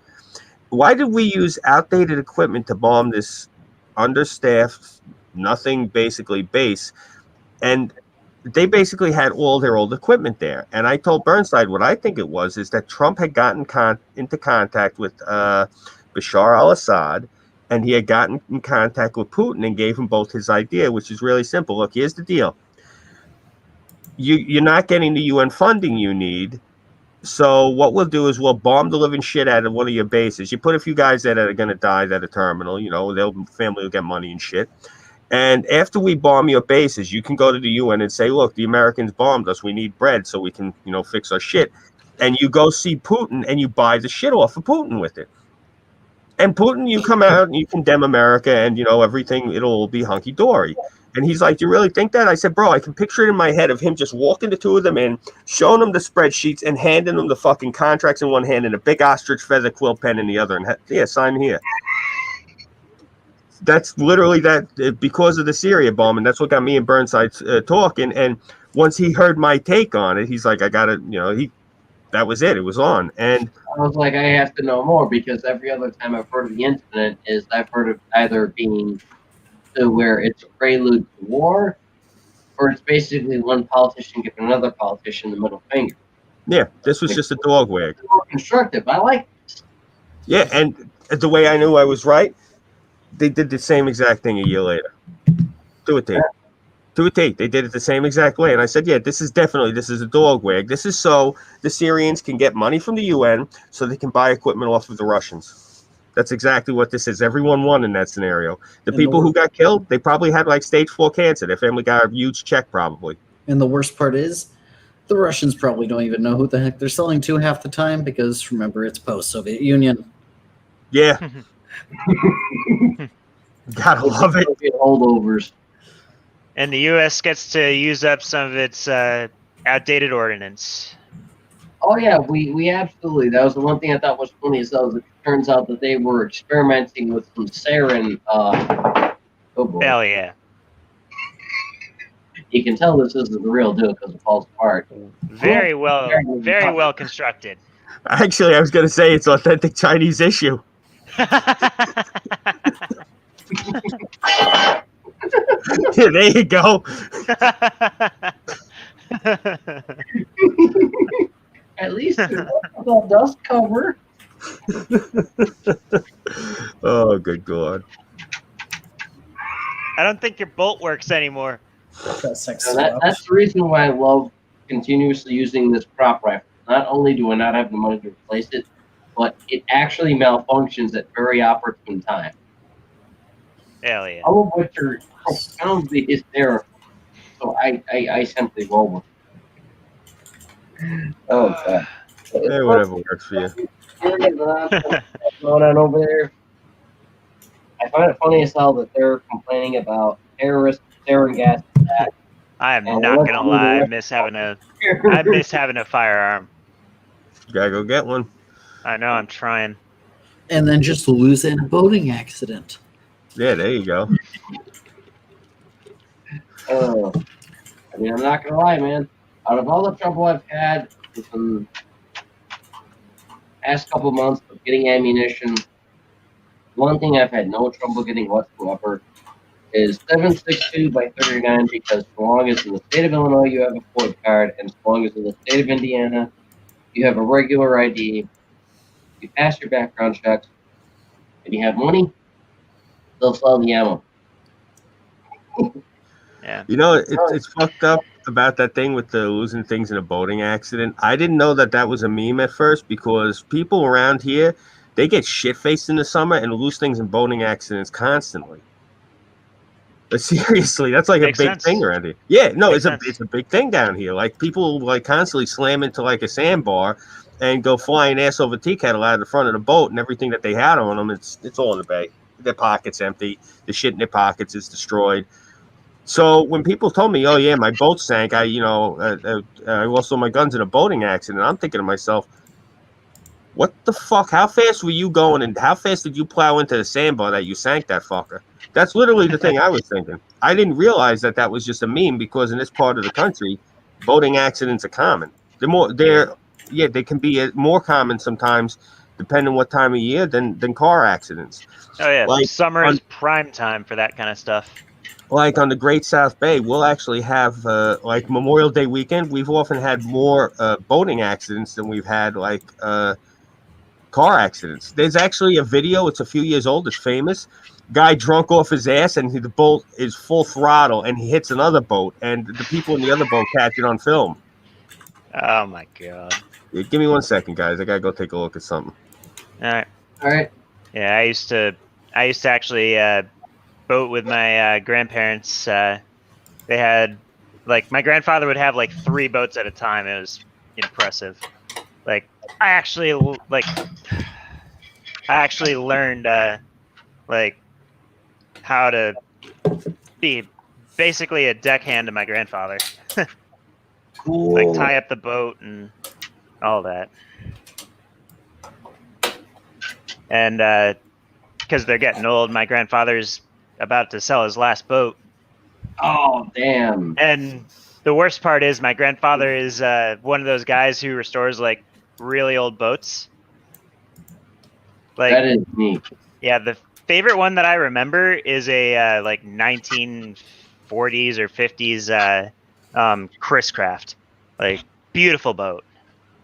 And the thing that happened with it was my grandfather winterized it for obviously the winter. And when he was doing that, the boards that he was putting on, because it was a really big boat, it was not coming out of the river. What the issue was, the boat or the boards under the boat were rotting. They were just old and stuff. So yeah, you can only imagine what happened. Board snapped, and the boat fell on top of another, and it totaled the boat. And my grandfather worked for at least a decade, as far as I know, on that boat. He worked for a really long time on that boat. It was sad. Yeah, we used to we used to take the dogs for walks, and we'd just go look at the boat. And it took years for it to sell. It finally sold in 2020, and that accident was like before 2010. So it was literally just sitting there rotting. My father had a cuddy cabin he gave to a friend of mine. I asked him not to give it to this kid, and he gave it to him. And he told him what had happened was that that the engine was seized, and that he had replaced the whole thing. He told him, he's like, the only thing you have to do on it is replace the piston rings. And this piece of shit gutted the boat. Gutted it. Gave all, he says, scrapped the pieces, used them in barter. And it was a very rare boat that my father gave to him. Mm. It's just, it's sad when that happens. Yeah, over by me, we've actually got some type of rare French boat over at the marina. It's some type of weird boat where it looks like a giant hot dog. Or it's a very long, thin boat, and it has a whole bunch of it's got the front of it, and it's got the gas end of it. But in between, it's got nothing but open space down the center and a whole bunch of mirrors. Not mirrors, but windows. It reflects all the same. And it's some type of French boat that no one's got parts for. So they've just had it up there over by the marina for years because no one's been able to really do anything. Because it's apparently this old French boat from like the 60s or the 70s. And it was something like some type of carnival boat or some type of tourist boat where you'd have like a ballroom around a great massive part of the center of which is why it looks like a hot dog. And they'd just go from point A to point B where people danced and fornicated or whatever it is the French do between surrendering to the Germans and begging the Americans for help.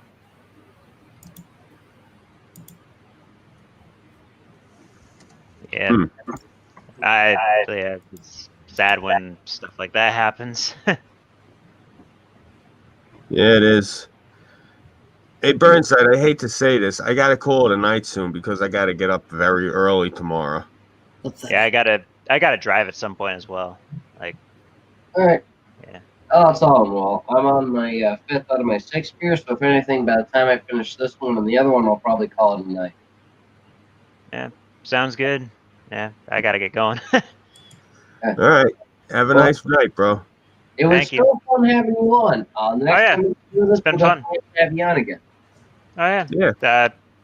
If my schedule's available, like I'm definitely happy to join. Sure, we'll do it the same way we did last time. We'll put the invite in the pardon me.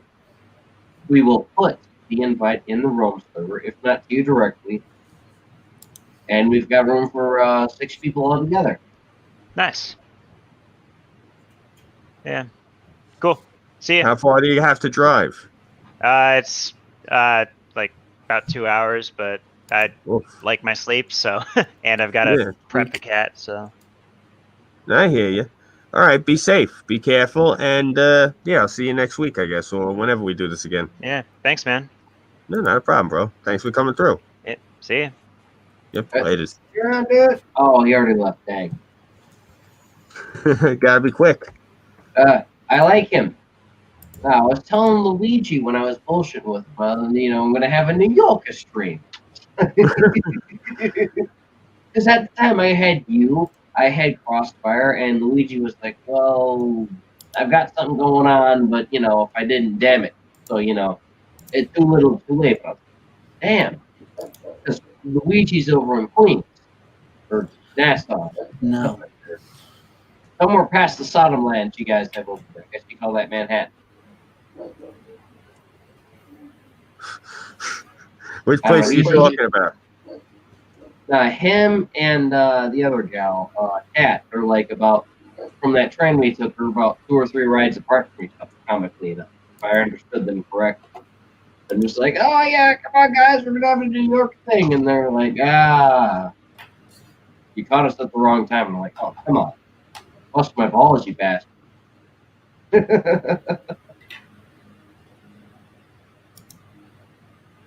Because half the time I'm bullshitting with Luigi, I am half in the bag, and I'm sitting there playing a video game. And I'm like, oh, hey, the thing popped up that said Luigi's online. So I sit there and I get it. Like, come on, play the game, play the game, play the game. he just listens to me and goes, "What the hell is wrong with you?" As I drunkenly stammer and go around shooting. That just sounds like the normal you. Yeah, seriously. Whatever works for him, right? Sometimes he works. Yeah. Oh, man. I don't know about you, but I'm ready to friggin' call tonight, bro. Okay. I'm not trying to rush it. I'm just saying I want to hop out, but I don't want to leave you guys hanging. Oh, I'll find it, Andy. I've got these two other gentlemen here. Awesome. Yeah, guys, it's just I've been up since about like 6, 7 o'clock in the a.m. I'm fucking shot. So, yeah, listen, guys, if anything, I'm going to be around probably tomorrow during the day or I'll be working. Sorry, in the tomorrow. evening, later on in the evening. I'm just saying, you guys know you can hit me up through Discord whenever. I'll always be around. All right. So, yeah, if anything, I will talk to you guys probably in the a.m. So, have a great night. Do you remember what to say around me? Yes, I remember what to say around you. What's Now, what my is it? name? Salaikum salam. There you go.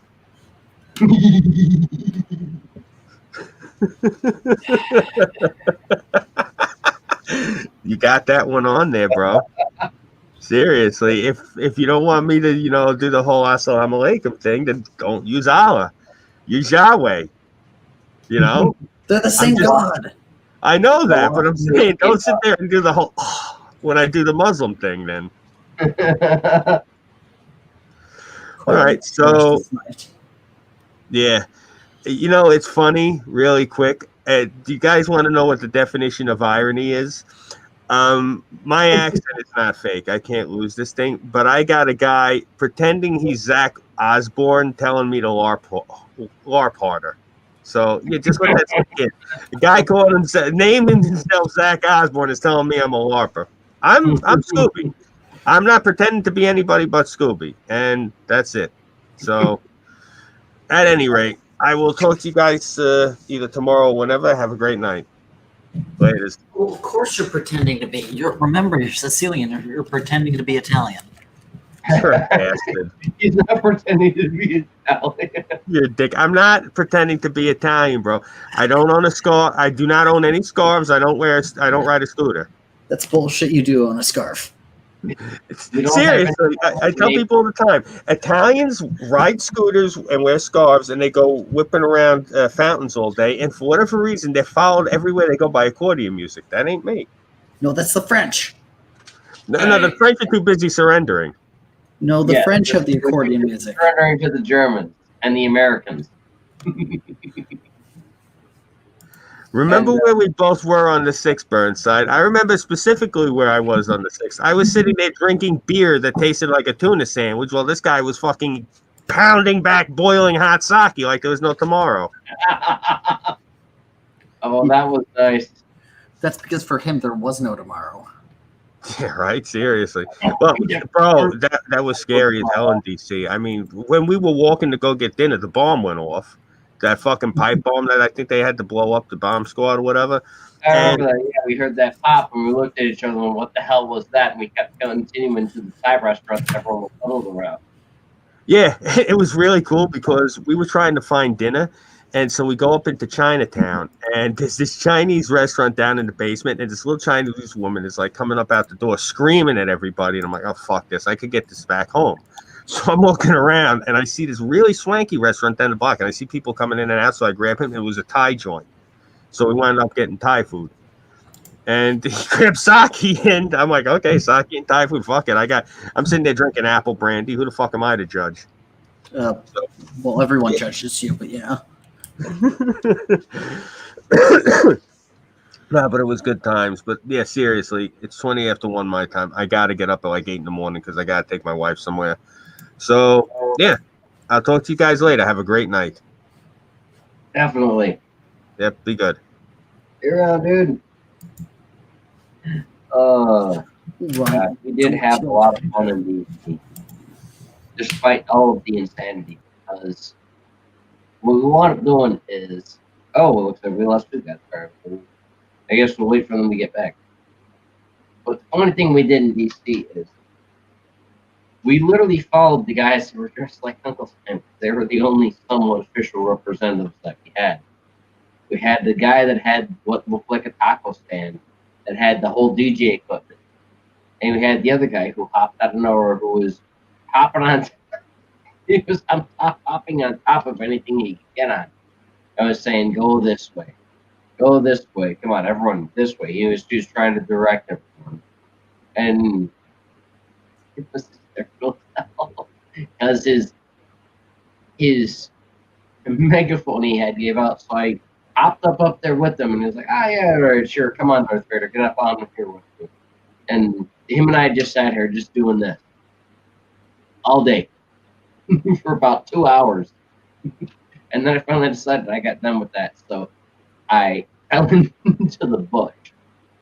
And then I collected myself. And then I went around the corner, ran to Scoop, and he was like, what the hell were you doing up there with Uncle Sam? You've been literally sitting there for 2 hours. And, oh, yeah, well, this and that. And the other. He's like, all right, I've been looking for you for about 2 hours asking for Darth Vader.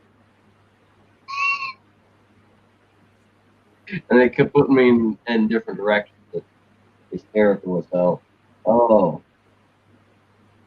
Good thing, though, is, yes, like you said, we didn't commit any felonies. We didn't do anything illegal. We got our press credentials. The only thing was we didn't get anyone official to review them.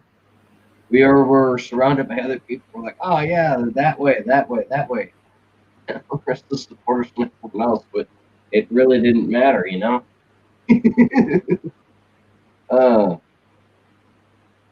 It was fun, though. Ren, you still there, man? Yeah. Cool. Yep. At some point in time, I'm gonna have to get the Division 2. I'll have to hang out with you on. Because I honestly, until you explained what the game was, I thought you were just dicking around on Fallout 4. All right, then it's a game.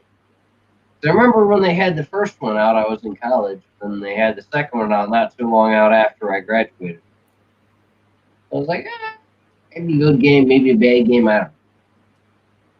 I wasn't really into the whole communist video game nonsense, so I really didn't care too much. Looked like fun, though, because as far as all the apocalypse goes. Oh, I love it. I get into it all the time, every day, all day. The only real reason I got into the whole cyberpunk thing is because I was going from work to home and from home to work, and I had seen a bunch of signs up for it. I went, oh, if it's on the 94 and it's on the 290, it must be a pretty goddamn big game. So I dropped $60 on it. I've been having fun ever since because they have my favorite weapon platform in sci-fi format. You know, the only thing that's hysterical is they give it a Greek name instead of a Russian name. So I'm sitting there like,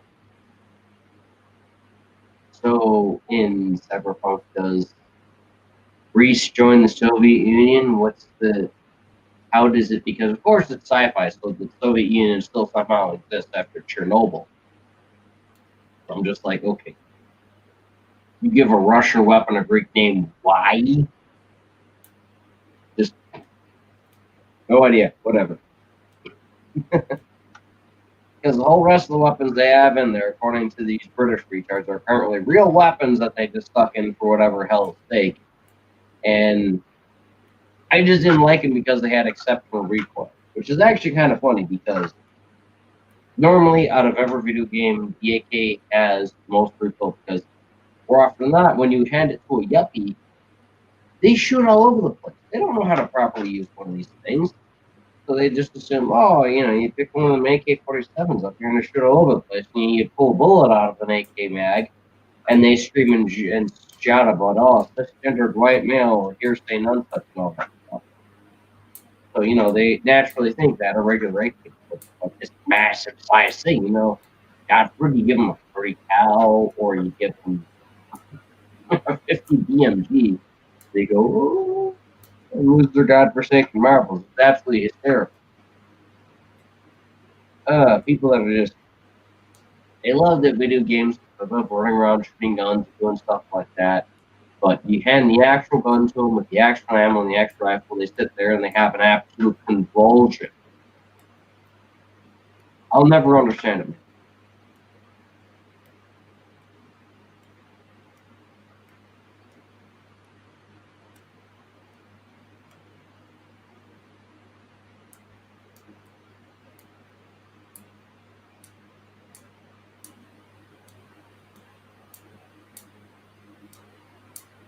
You still there, dude? Did I kill you? You alright? Let me know if you're there, man. Alan. Don't kill me with the suspense now.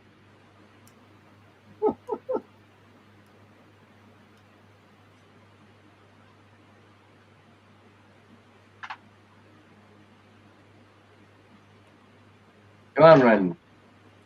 You there? Yo, Knock you out. I might stop rambling here. yo, look. Oh, okay, you're there. All right. Yeah. Yeah, fucking around with this computer. Oh, shit. All right. How's about the computer you're working on? Despite my interest in firearms, I actually like computers. I'm not a complete Luddite. I just don't know how to work computers, but I like things with a good RAM. So fucked. So gone to shit. Yeah, speak a little louder. I couldn't hear you too well. Yeah, it's hot down here. I've got the fan blaring there. Got an industrial fan blowing.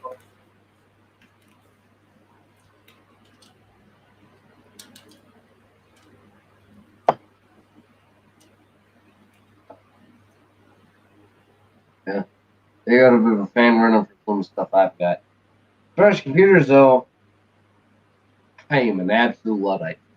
I'm not very well knowledgeable with how to piece them together properly. I've known a couple people that know how to work on them. I'm just not one of them. Not my strong suit in the slightest. Not my strong suit. I'd have a better chance actually taking apart a real one of these, snapping it back together, than it would your regular Windows 95 computer. Because it's just, I'm more familiar with one than the other. I like using computers, but I don't really know how to properly work one. I like streaming on one, but if you want to stick one in front of me, I'm not really going to know how to snap it apart like this thing, so, one of them different work sets, I guess. I don't know.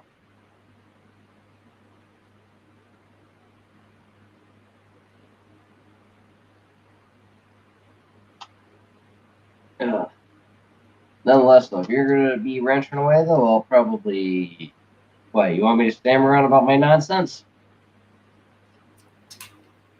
I can hardly hear you, man.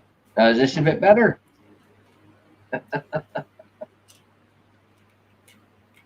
Yeah, I can hardly hear you, man. So, I mean, I can get a little bit closer, but with the Whatever. technical stuff we had with this and that, it's better to use the built-in stuff from the plugins. yeah. I mean, hey, it is what it is. It is what it is. It's been a rough day. You wouldn't believe the connection problems we had just because I had the VPN on. I had the VPN settings on this thing, and I was bouncing from country to country, and apparently the entire time I was trying to connect as it bounced. So it was giving us a hard time of connection. We're sitting there, and we're yelling at each other, bantering this and that and the other, and I just finally go,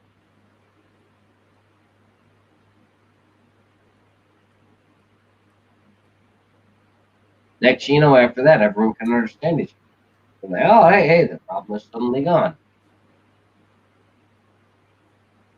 You're telling me the VPN settings were what the problem was? Okay.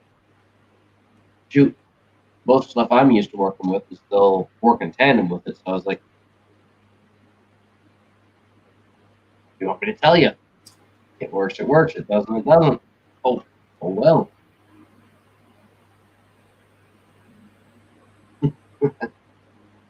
uh, well, in the near future, though, I will. What I'm working on some side projects. I know Lawrence and some of the guys like Khaos and them were asking if there's going to be Bobby Rizzo and I working together in the future, and the answer is yes. We're going to be working in the future. We've got our own Jackass style program that we're going to go into because despite how much we wanted to carry the meme of Pakistan, it didn't carry too well because between him all the way out in the middle of nowhere, India, me all the way over in the ghettos of southeast Chicago areas, Chicago, Pakistan, blah, blah, blah, and all that stuff. It was a little bit difficult for us to sit down in one place one time to edit everything together. It took us longer than under normal circumstances. Who would have if I would have asked to put a chronicle together? So we decided, hey, you know what? 14, we're going to call it a day. We got another idea. We actually changed, got more people to help. So we're going to see how the new project goes. Other than that, I'm not sure I messed around with some stuff on my end, and I had a funny idea. I was talking to one of my coworkers. This happened a few days ago because we had a really good laugh about everyone flipping tables and gouging out eyeballs, ripping them off ears, because people were apparently upset that there was this Bernie Sanders graffiti artwork that was made in the District of Columbia, and somebody decided to paint over Bernie Sanders' face with Pepe the Frog. And I'm not very much for graffiti art, but I sat there and went, okay. So it's just face, it's not the whole body. Wouldn't you paint over it all today? No. This ass clown decided that they were going to contact the Federal Bureau of Investigation, and they were going to get the FBI involved in covering graffiti art. Graffiti artwork is supposed to be anti-government, and these people are getting the government involved for it. And it's quite the outlandish paradox, but hey, I'm not one of these people that live in these ivory towers that just violently masturbate, though. I actually work for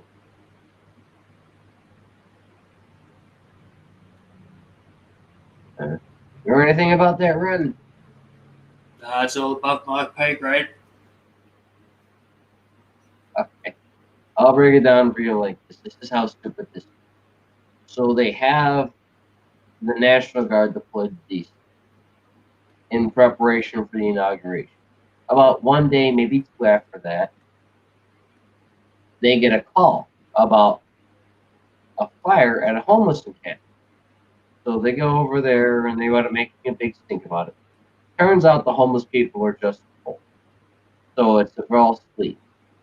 You know? Not much they can do about the people that ain't got nowhere to go. They don't need them freezing to death because it's going to look bad on the administration. Oh, God forbid Joey Biden have any dead bodies on him. Like he hasn't had before. So they ignore that, and then not too long after that, about a day later, maybe two, they get another call because somebody's Bernie Sanders communist graffiti gets painted over by a Pepe the Frog logo, patch, tag, whatever you want to call it. So they lose their godforsaken marbles about it. So the FBI, National Guard, the fucking Marine Corps shows up for this stupid shit.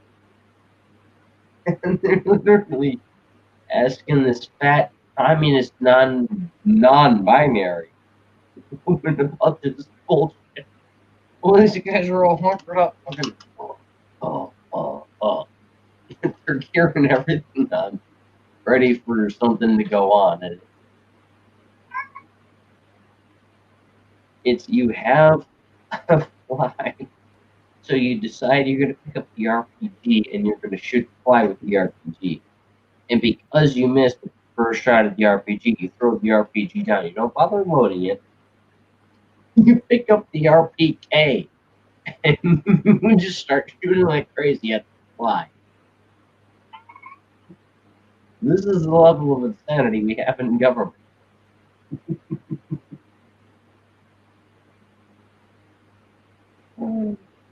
It's hysterical, Ren. Fucking hysterical.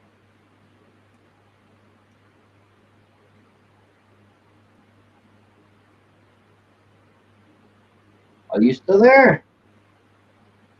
Woo. Yeah, I'm still here, man. I can barely hear you. I can hear you smacking somebody in the background like they owe you money.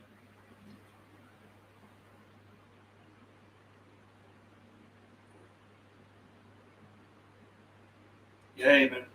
I've got to go. What? Oh, I've got to go. It's been fun. I pray for you guys over in the Northern Hemisphere with this fucking virus and what they've been doing with it. Yeah, it's not good. It's a no-win situation. So, you know,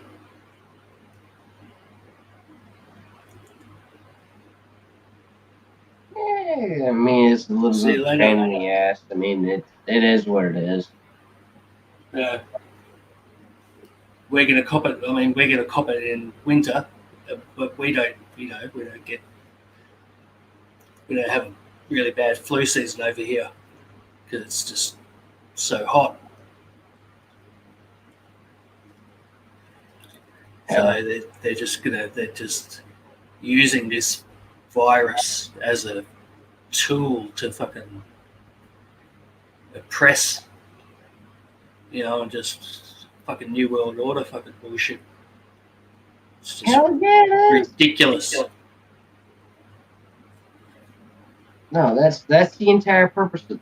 If you've read any run-of-the-mill, like, Cybernary, 80s comic books like Cybernary, if you've read anything like that, this is more or less what they're putting into position. Because, quite simple. Rape, sulfur, control. That's how they're putting it together. It being that everyone's really worried about this stupid pandemic and stupid spread of it, and the fact that it's flu, because flus spread, flus are very contagious. This is how flus are designed, which is why we have a flu season across the world, and we have a flu vaccine for people if they're really in need of it. They can sure take their flu shot. They need it. I'm more archaic with the preparation. Hey, that's just me. Pain is good for every else. No, they're just pushing. They're pushing the fucking fear. Oh God, yeah, they're pushing. Yeah. Why wouldn't they? They're just- Rape and sulfur, man, violate the children. It's what they It's just fucking do. ridiculous, these days. control with fear, the fucking media. It's a goddamn fucking disgrace. Oh God, we had about, I want to say it's about 2 months ago, where we had these morons that were supposed to be doctors go on to the Daily Show with Retard Masturbator, or go on to the morning show with She Who Fists Her Salad, or one of these commie bastards.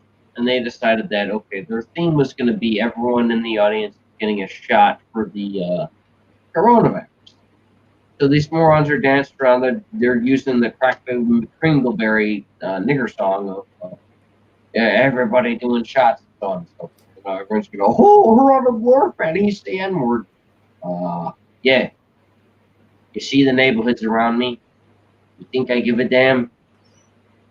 Sue me. I don't care. I'm going to say it like it is. And that's quite comically literally how they decided that they were going to advertise it. They played the Hinkle Kringleberry Shots Everybody song, and they had the people in the stupid coats that didn't even look official going around. All right, we give everyone your shot. And they had rubber tips equipped to these things, so they didn't have anything in them, so they made it look like it. The Hollywood retards were getting shots when they weren't getting a goddamn thing at all.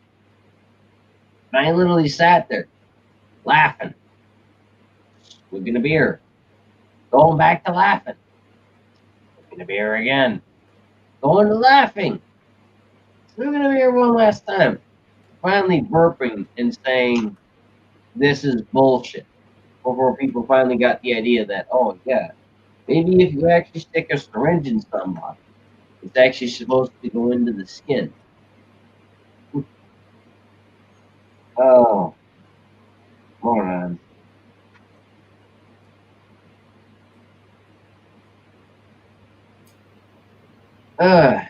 Yeah, down under you guys are getting fucked real hard, man. It really sucks. You guys and the rest of the people in Western Europe, you guys are really getting boned fairly hard. Especially since Germany's been deciding to repurpose Auschwitz from a tourist attraction to a quarantine facility, which I personally don't like because I've actually had a guy who lives not too far off from Auschwitz tell me that it is the best place in Germany to get your cheeseburgers.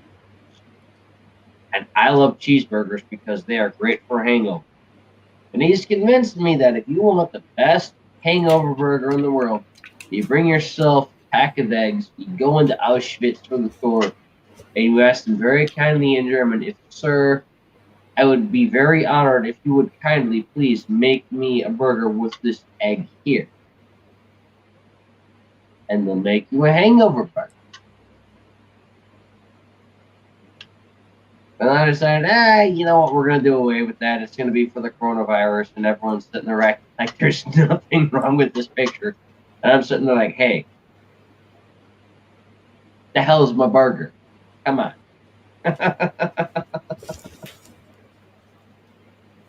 uh,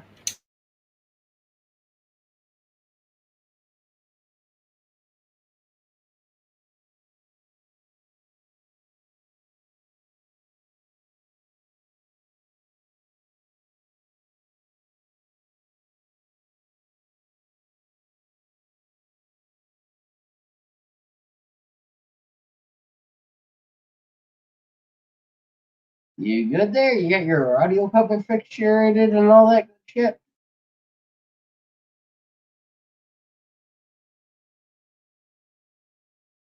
Yellow.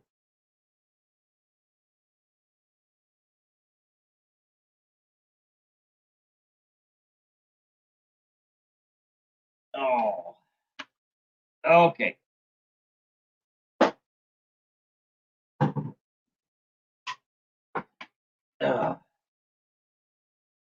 Oh, I guess everyone else dropped.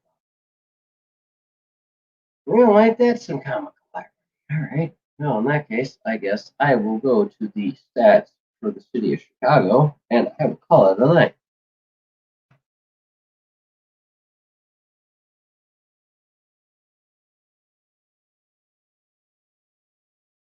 Okay.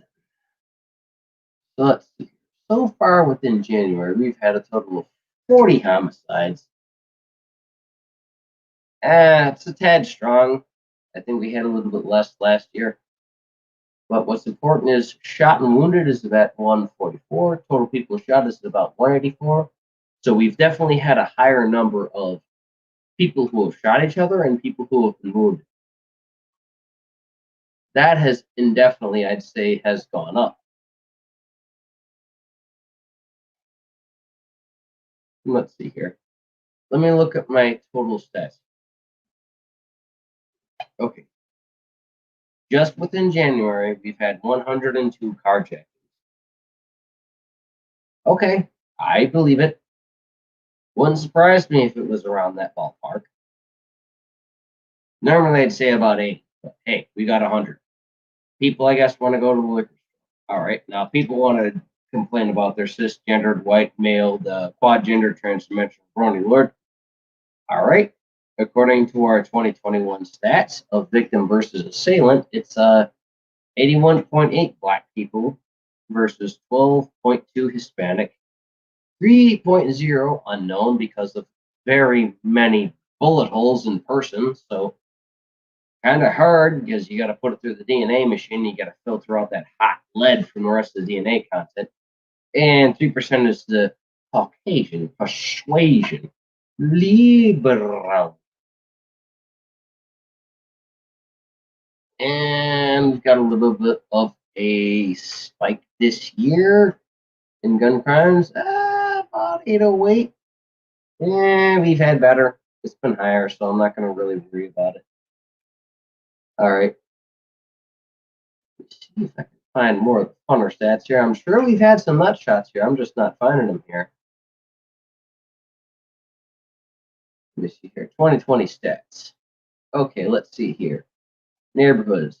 Oh, heck, say South Ring's got about 5 homicides. Riverdale.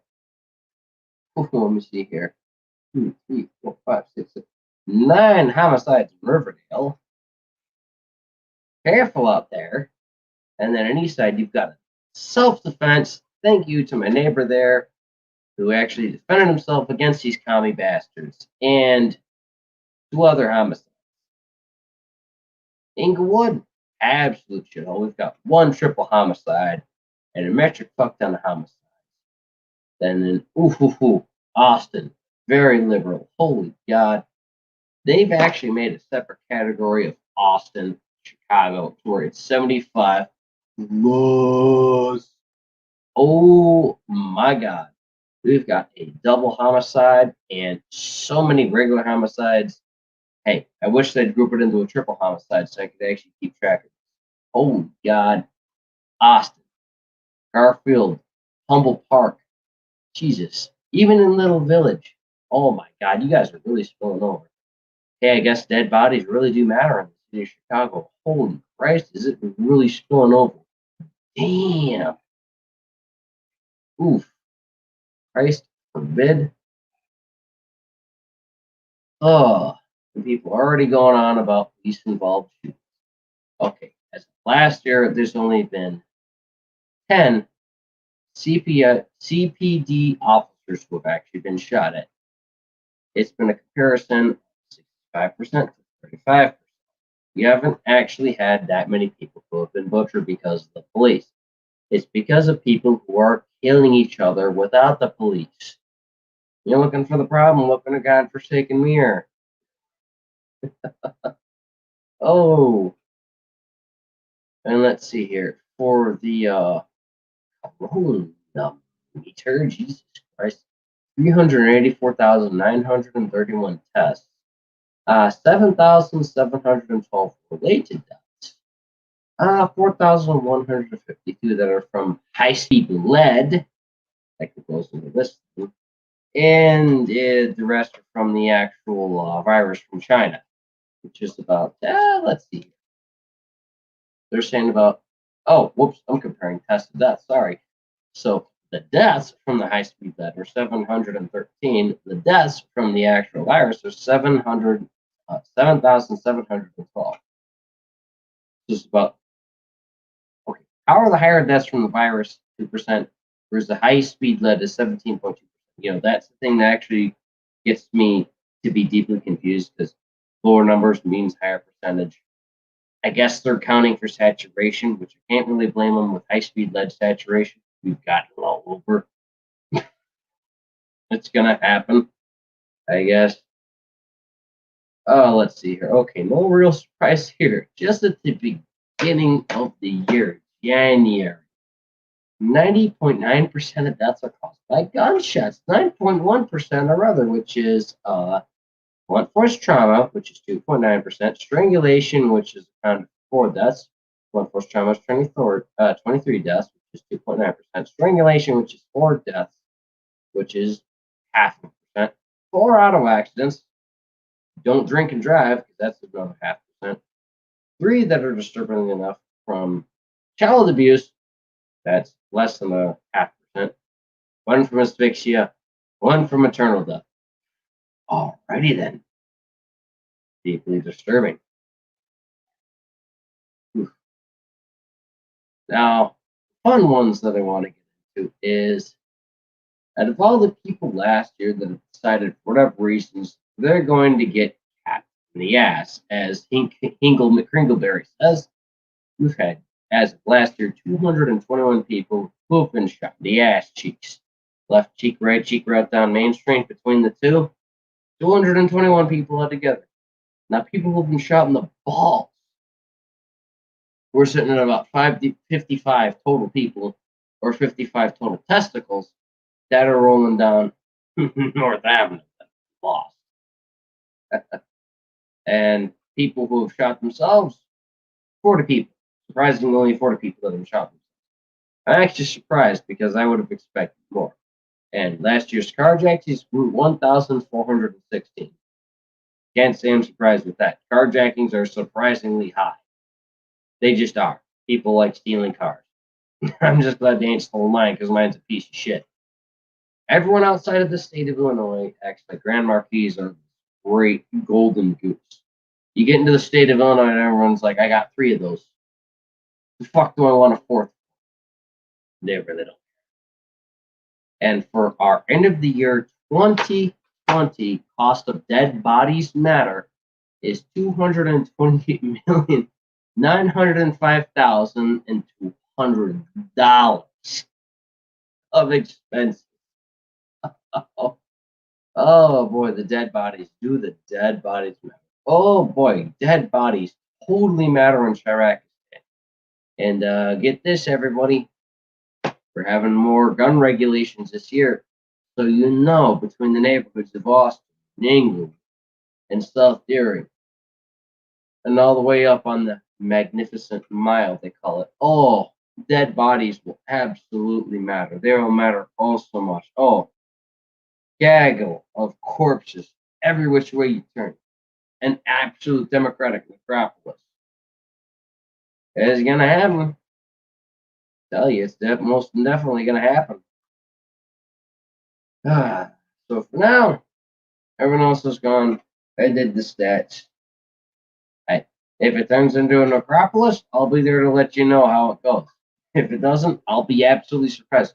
People to talk to that are having to sit there dressed like this ridiculous outfit I'm in, sitting there trying to get shot at. So, hey, have a good night. Thank you for tuning in. And now the other people that were wondering about this and that and the other, I don't care. Bye.